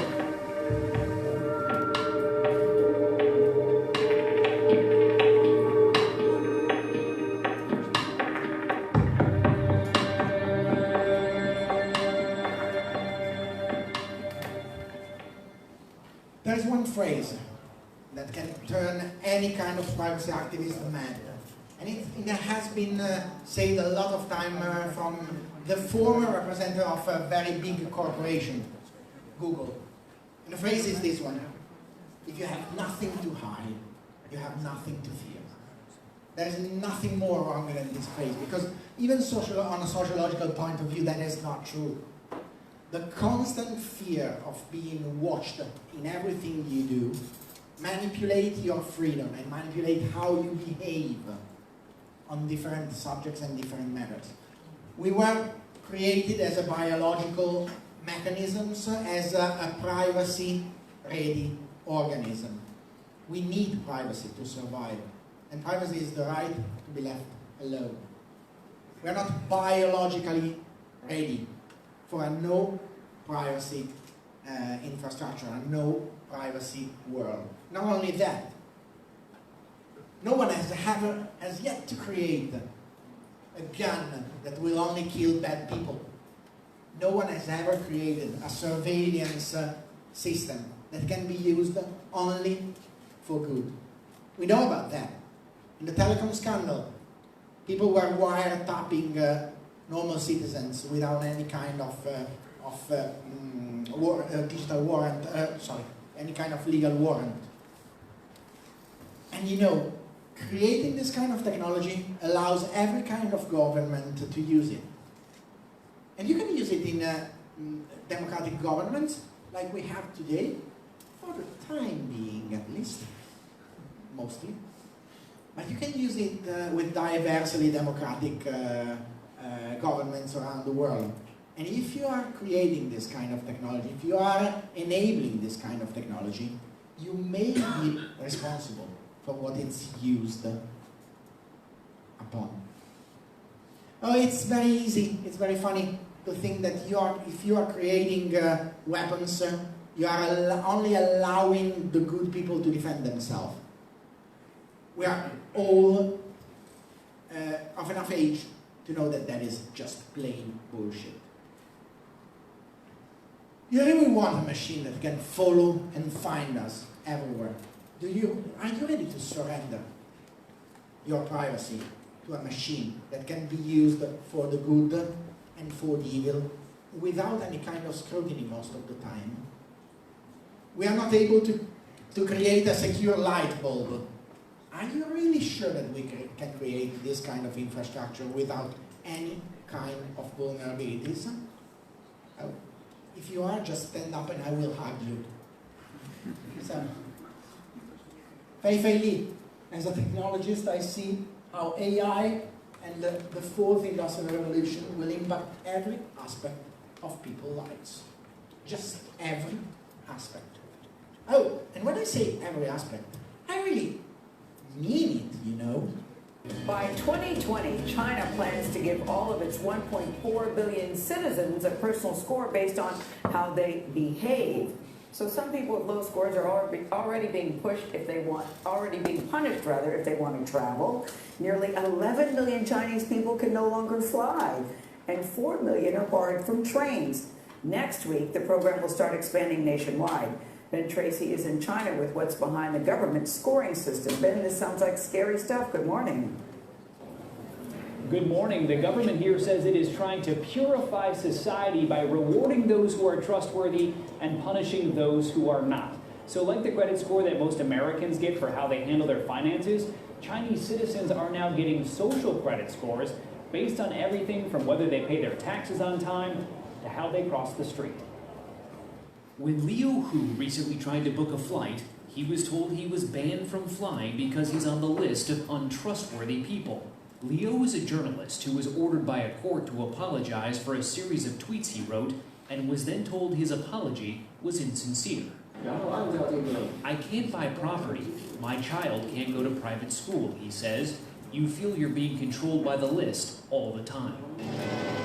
And the list is now getting longer, as every Chinese citizen is being assigned a social credit score, a fluctuating rating based on a range of behaviors.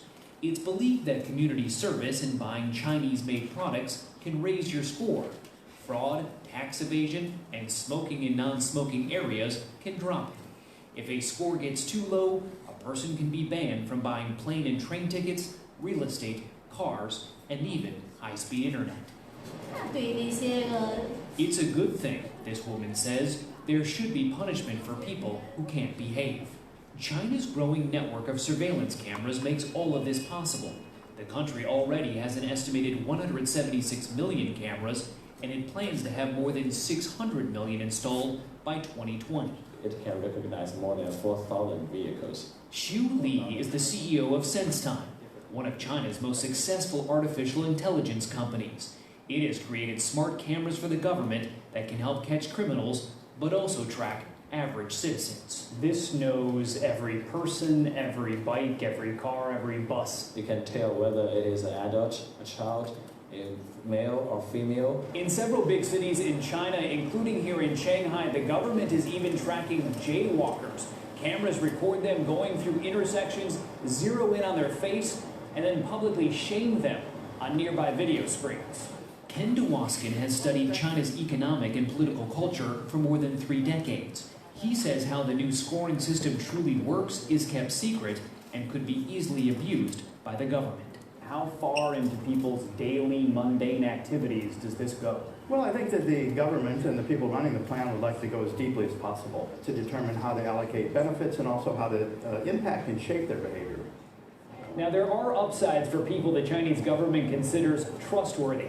They can actually get better interest rates at banks, they can get discounts on their energy bills, and China's largest online dating site reportedly even boosts the profiles of people with high social credit scores. Nora? Incredible. Ben Tracy in Beijing. Yes. Thank you. The problem is you cannot trust algorithm. Full stop. I repeat it again. You cannot trust algorithm.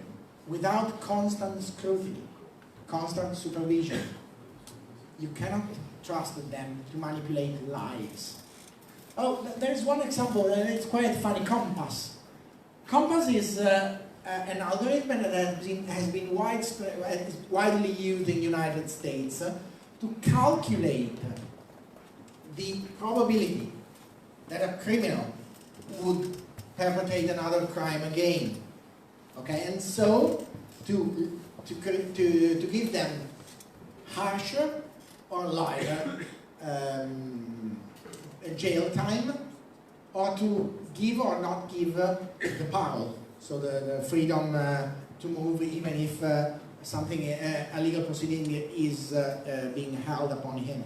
And the funny thing is that the algorithm didn't perform better than random citizens asked for the same question. Okay? So, you expect something more from a machine that is able to discern if someone need or need not to be serving jail time. And you cannot really ask an algorithm to score people, or better than that. We have always used algorithms in our head, or algorithm in our daily activities. The probability you will get a house, you will get a loan, you will get the mortgage, you will be chosen for a position is something that is normally mediated by a human being. And the problem is that because we are social animals, and we haven't found right now something to repeat a crucial side of our nature. How important is empathy? How important are all those subtle things that the algorithm doesn't account for? If she's a mother of 4 that are alone at home, would you give her jail time without anyone to care for the children? Maybe not. Will you give her a discount on something she is buying or not, based on this assumption? If you see someone that is really trustworthy, that has been proved to be trustworthy, are you willingly to bend a little bit the rules to help them recover for something that has happened to them? For you is something is an easy task, for a human being. Feeling empathy is a sort of an easy task. For some people like me, it's a little bit harder, but you can learn about that. So there is no way to account for empathy right now into an algorithm. There is no way an algorithm can engulf all the different subtleties that a human being is right now using for making a decision. Well, sorry, don't misunderstand me. I don't think that humans are better than machines in creating the algorithm. Humans have a lot of problems. They are wrong a lot of times. I'm talking about unsupervised decisions and mass unsupervised decisions. Something that must be supervised is something that has a concrete, a real meaning on the life of a human being, that is created just on the basis of some algorithm. Something like removing the possibility to take a train or an airplane to use the internet itself. So, do you really want to give a machine the power to classify us in good and evil people? So, as a technology, okay, it's the same one. Oh. How many times you have seen a monkey and you thought about it and say, oh, it's almost human, Well, it has a weird skin color, so it's not really a human like me, because it's not white, you see.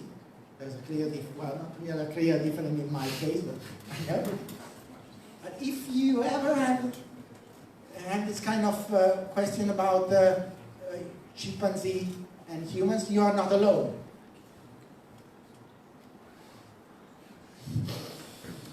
In a little bit of blunder, Microsoft AI Azul has classified several specimens of human being as monkeys. No, I'm not kidding.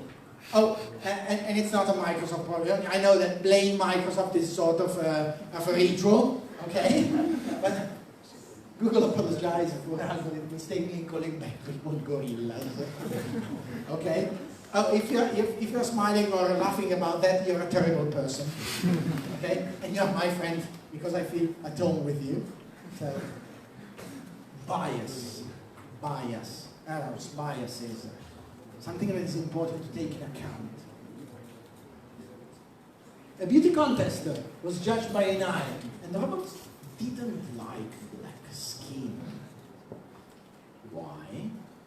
Because most of the time, the artificial intelligence algorithms are as good as the data they process. And data is biased, because we as human beings are biased. And normally the artificial intelligence is inheriting this kind of biases, and most of the time emphasizing it on a very big scale. Oh, I'm not kidding about that. An equal representation of a gender stereotype in image search result for occupation. Algorithms that classify CEOs as males and nurses as female. Oh, there is something worse than this? Racial and gender biases are sort of built in a lot of different algorithms that has to do with HR, with hiring people.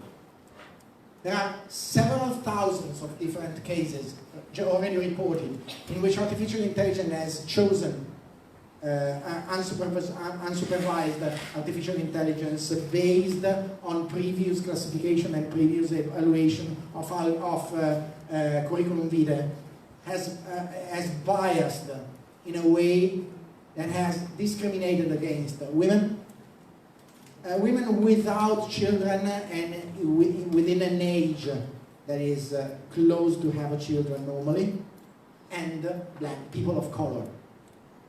Any kind of color except for white. And you know, white, every time you say something, you hear something say people of color, they sort of miss the white one, you know. It's so important that a lot of different newspapers around the world are talking about this kind of matter. The rise of racist robots. Because robots are racist? No, not really. Because humans are racist.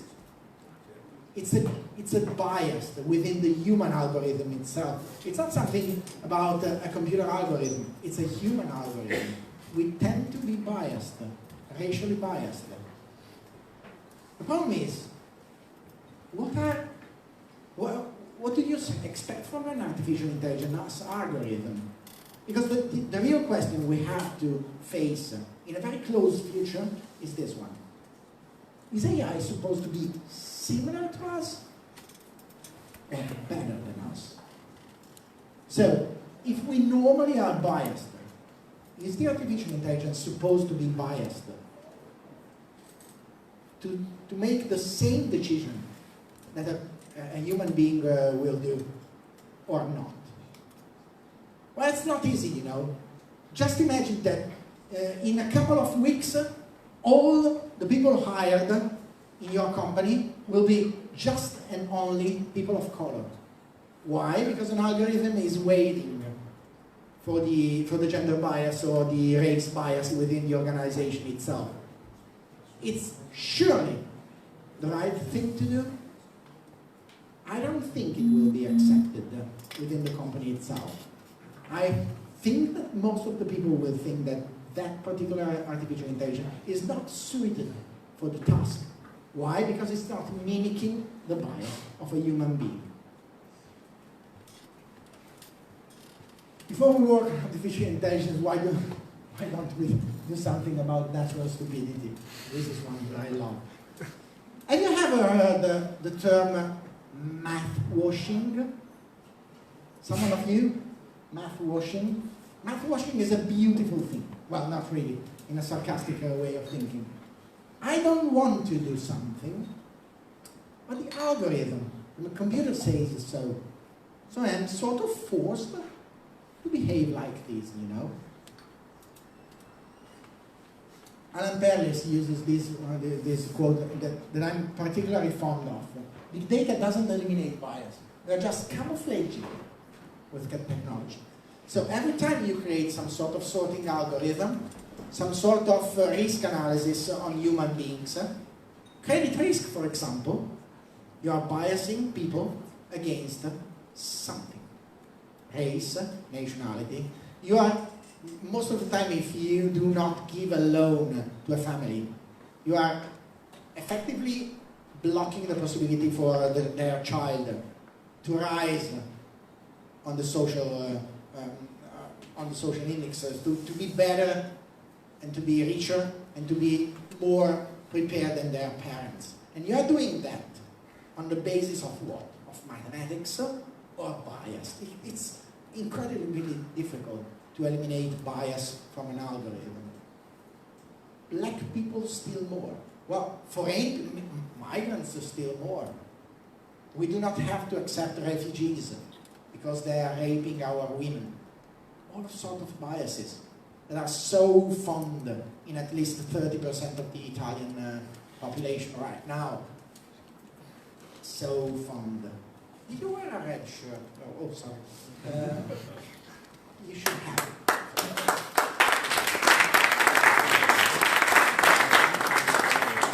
And it's very difficult to eliminate bias from human beings. It's a lot more difficult to eliminate biases from a machine, because that can be a bias that we cannot see, because it's built in within us. So you cannot see that. It's something like looking around seeking for ultraviolets. You're not able to see them. It's very difficult to spot them out without tools to understand biases. And there are not many of such tools right now in development. People don't seem to care about biases, and it's something you have to care about. Machine or Deus Ex? Do we need an AI to clean our conscience? Do we need an AI that simply elaborate our bias and have some sort of solution that is cleaning our guilt, that is cleaning our possibility to feel guilty about any kind of choice? Oh,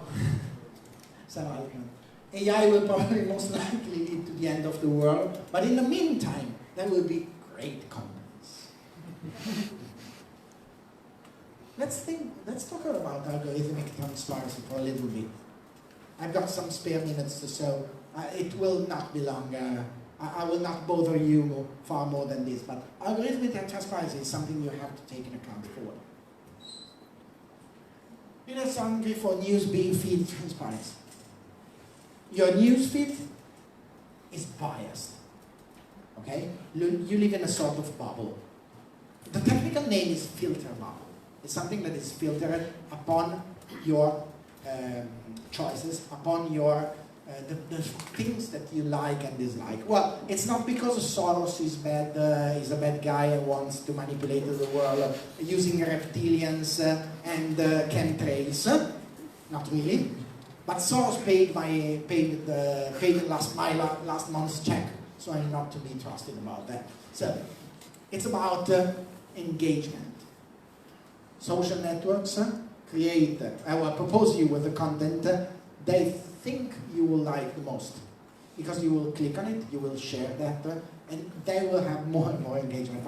Even your Facebook feed is biased, and you don't know how. You're starting right now to know which factors affect your Facebook advertising, for example. You know, you have that little icon that you can click on an advertising on Facebook to see why you are targeted. So I'm targeting all the people between 25 and 36 that like computer or something like that. But you're starting right now to know something about that, not knowing the algorithm itself. Well, you can bet your life that something is important when Google normally lobby against the transparency. If Google is lobbying against something, you know that it's something that you must pursue and you must, with all your forces, make open source and clear. So, transparent algorithm, here is why that's a bad idea. Google tells MPs, UK. Now, that alone, well, I'm biased, but that alone should be sufficient for you to ask for transparency. If they fear about that, there is something hidden in there. Algorithmic transparency is something you have to work upon, because algorithms fail. not because they are faulty, but because they do not take into account all the different parameters that you can use. Do you remember when we were talking about empathy? The little bit of things that you have to better understand the world. If you do not have the correct inputs, you do not have the correct outputs. So at least inputs, factors must be open and clear in every kind of algorithm that you are developing or that you are using. You have to ask about that.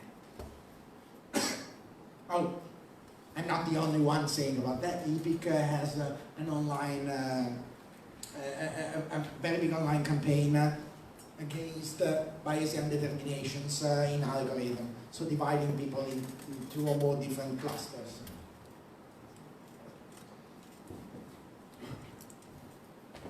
We had to wait 2018 for starting to think about the Toronto Declaration. Well, the calls for something that you maybe got for granted, but it isn't right now at all. Algorithm to respect the human rights. And it's something that that was created in the last month. So it's not something that has been always known as a matter of fact. You really want to be subject to opaque rules that you cannot know. Oh, are you still alive? Is everyone fine? Thank you. Okay.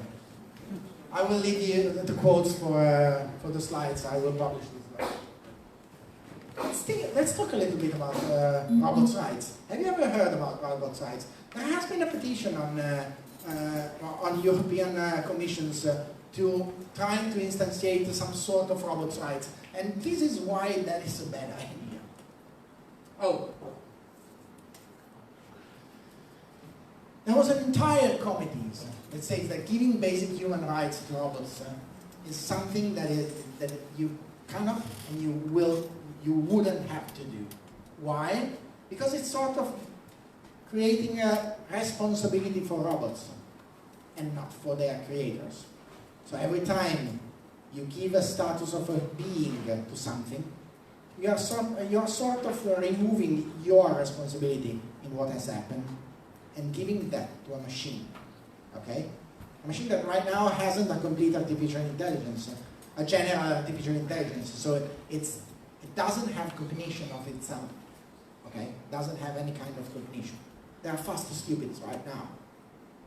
So it's not my take on that. There are hundreds of experts that share my same idea. There is a petition, an open letter to the European Commission of Artificial Intelligence and Robotics.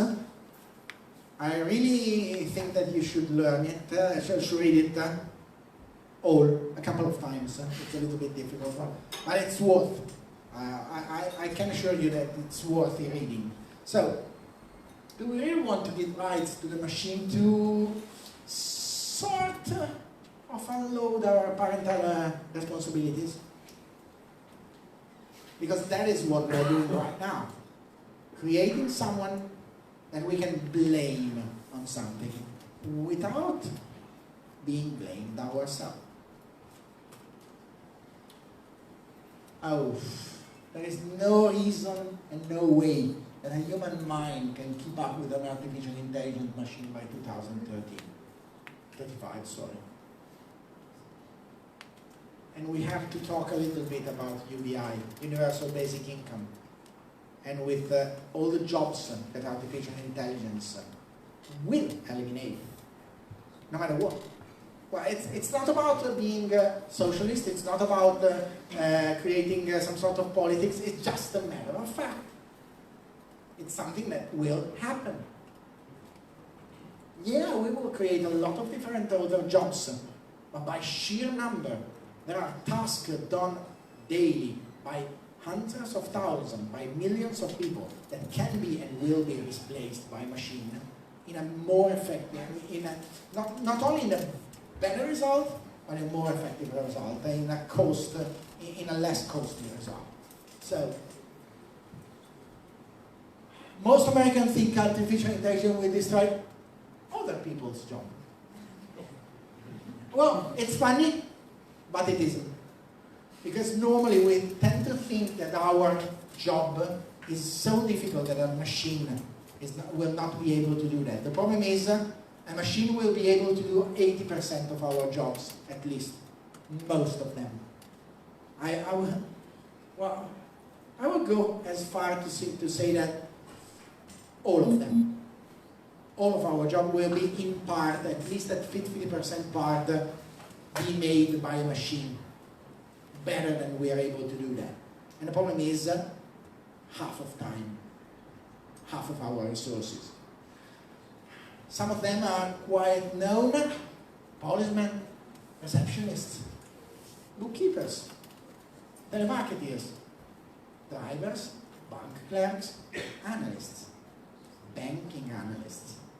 All jobs that will disappear. And the problem is, what do we do about that?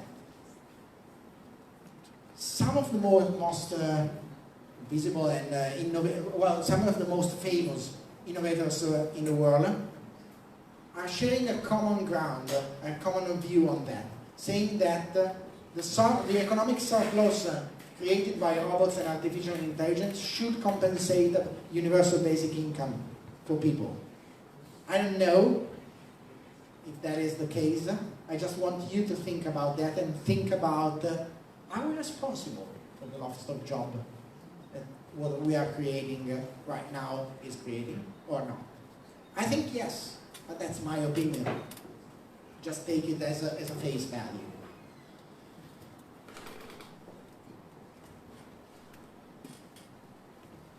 Oh, who doesn't know the 3 laws of robotics of Isaac Asimov? Oh. A robot cannot, I know that in Italian, not in English, unfortunately. A robot cannot hurt a human being. Allora non può ricordare un essere umano a meno che... Or allowed to be harmed in action. Un robot non può ricordare un essere umano. A meno che non fosse. Okay, 3 laws of robotics that says, 1, a robot cannot harm a human being. A robot must obey an order if that is not contrary to the first law, and a robot must protect its own function, its own functionality, its own being, its own existence. Thank you. Its own existence, if that is not against the second and the first law. So, why are we talking about robotics law? Oh, there are a couple of funny things about it. For example, autonomous cars.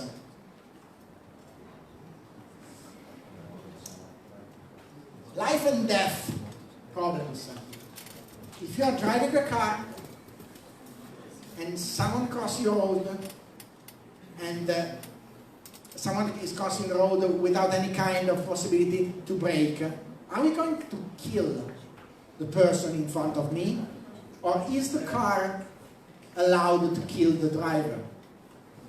Oh, and what if there are 2 people that are crossing the street and the car will probably kill both of them, and I'm alone in the car itself?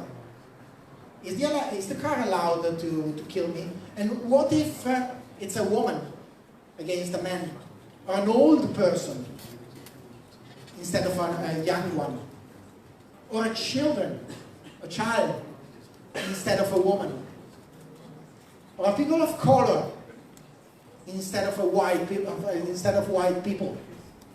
Who decides who is killing who? See, that is who is deciding who kills who? And the problem is, it's not only a machine problem. There is this beautiful website of MIT, the Moral Machine, that asks you the same question. And the problem is there is no consensus, even when human beings are asked to answer this kind of questions. And would you buy a car that is allowed to kill you, to spare a pedestrian, or not? is deciding which life is more worthy? I don't know. And the last one. Oh, that is not Sam Altman. That is Bill Gates. Sorry, it's a wrong quote. I'm in the camp that is concerned about superintelligence. Oh, let's wear our tinfoil hat for a couple of minutes. There is a beautiful conspiracy theory, beautiful. That is the Rockus Basilisk. That is about a superintelligent. So something that is far more intelligent than any human being. And the problem is, it's far more probable that a superintelligence will be not benevolent with human beings. Why? Well, there are a lot of different theorems about that. I strongly recommend you to look at the Rockus Basilisk. The problem is, a superintelligence will be able to know, for example, if someone will be able in the future to kill the artificial intelligence and maybe preemptively try to kill that human being, even with time travel. That is beautiful, you know. It's fantastic. The problem is, AI doesn't have to be evil to destroy humanity. That is Elon Musk. If AI has a goal and humanity just happens to be in the way, it will destroy humanity as a matter of course, without even thinking about that. No hard feelings. Let's suppose there is a strong AI, okay? Do we teach ethics to it? Yes, we teach ethics. So the artificial intelligence sees humans violating ethics all of the time. Kill humans. Okay, so we will not teach ethics. Okay, robots have no concept of good and evil. Okay, program it to survive. No. Okay, robot decide to see what happens if it flies into the sun. All human kills. Or do we program it to survive? Yes. Robot calculates odds humanity will attack it due to fear and will kill all the humans. And it's quite funny. The problem is, how do we teach kindness? It's very difficult to teach kindness and compassion even to children. There are a lot of different studies that are creating right now environments and methodologies to teach kindness, to teach empathy, to teach compassion to kids. And that is awfully difficult. How do we teach kindness to an artificial intelligence if we do not know even what kindness is in a parametric point of view? And the last of my questions is another one that is a little bit more complex than this. If we will be able to create a superintelligence, because that is where we are heading to. It's a one-way. Algorithms and artificial intelligence will be far better and far more intelligent than human beings, because we are not evolving. And artificial intelligence is evolving. It's just a matter of time. And so, there is one skill we lack right now in creating this kind of artificial intelligence, and is my last question for you, and the one that normally bothers me the most, that is, how do you program a God? That's all. Thank you.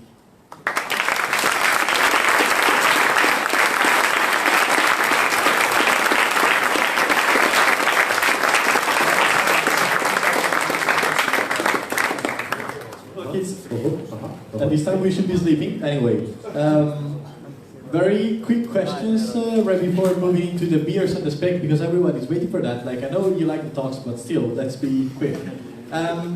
First, Matteo, do you think that the Chinese scenario is impossible in democratic countries? Could the democracy itself be affected by these technologies, manipulation? Well, the problem is in your definition of the democracy. If there could exist a complete democracy that isn't in any kind possibly affected by corruption and by personal interests of people in charge of the democracy itself. That is theoretically possible. The problem is there is no such kind of democracy.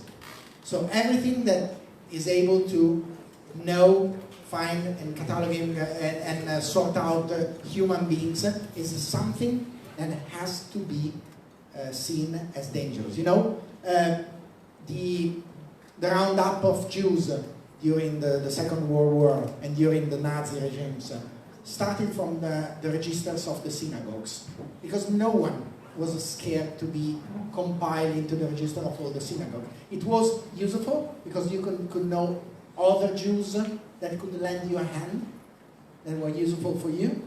It was some sort of belonging, but it was used to find out, to seek and destroy the Jews all around Germany. And we're creating a far better archive than that.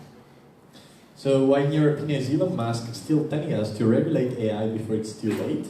Is it just being cautious?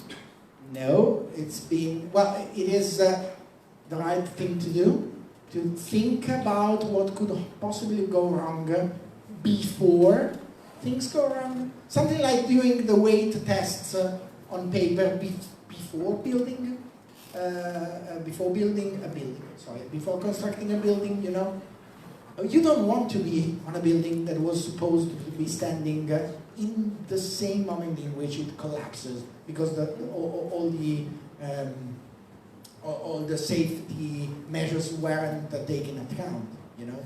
It's something that is not only needed, but hardly needed. Well, sorry, deeply needed. I don't know, there are 100,000 of questions, but we have to stop at some point. Yeah, sure. I guess they're all of them here available for everyone. So there's going to be a long night outside, so we can say a big thank you to our speaker here. Again, thank you very much.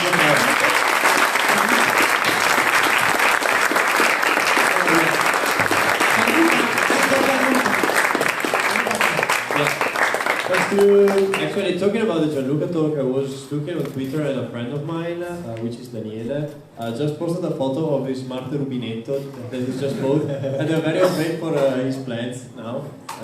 We should tell him. Thank you so much. Cool. Yeah. Thank you everybody for coming, and it's been a pleasure. See you next time.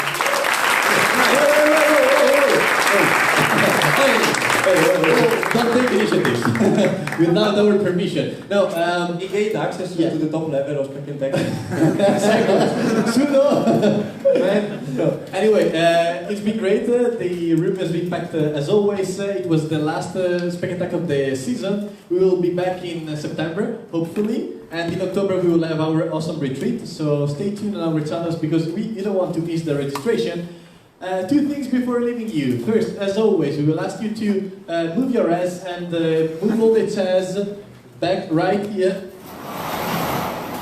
next to me. Actually, we will pack them and stack them in a way that we maximize the space.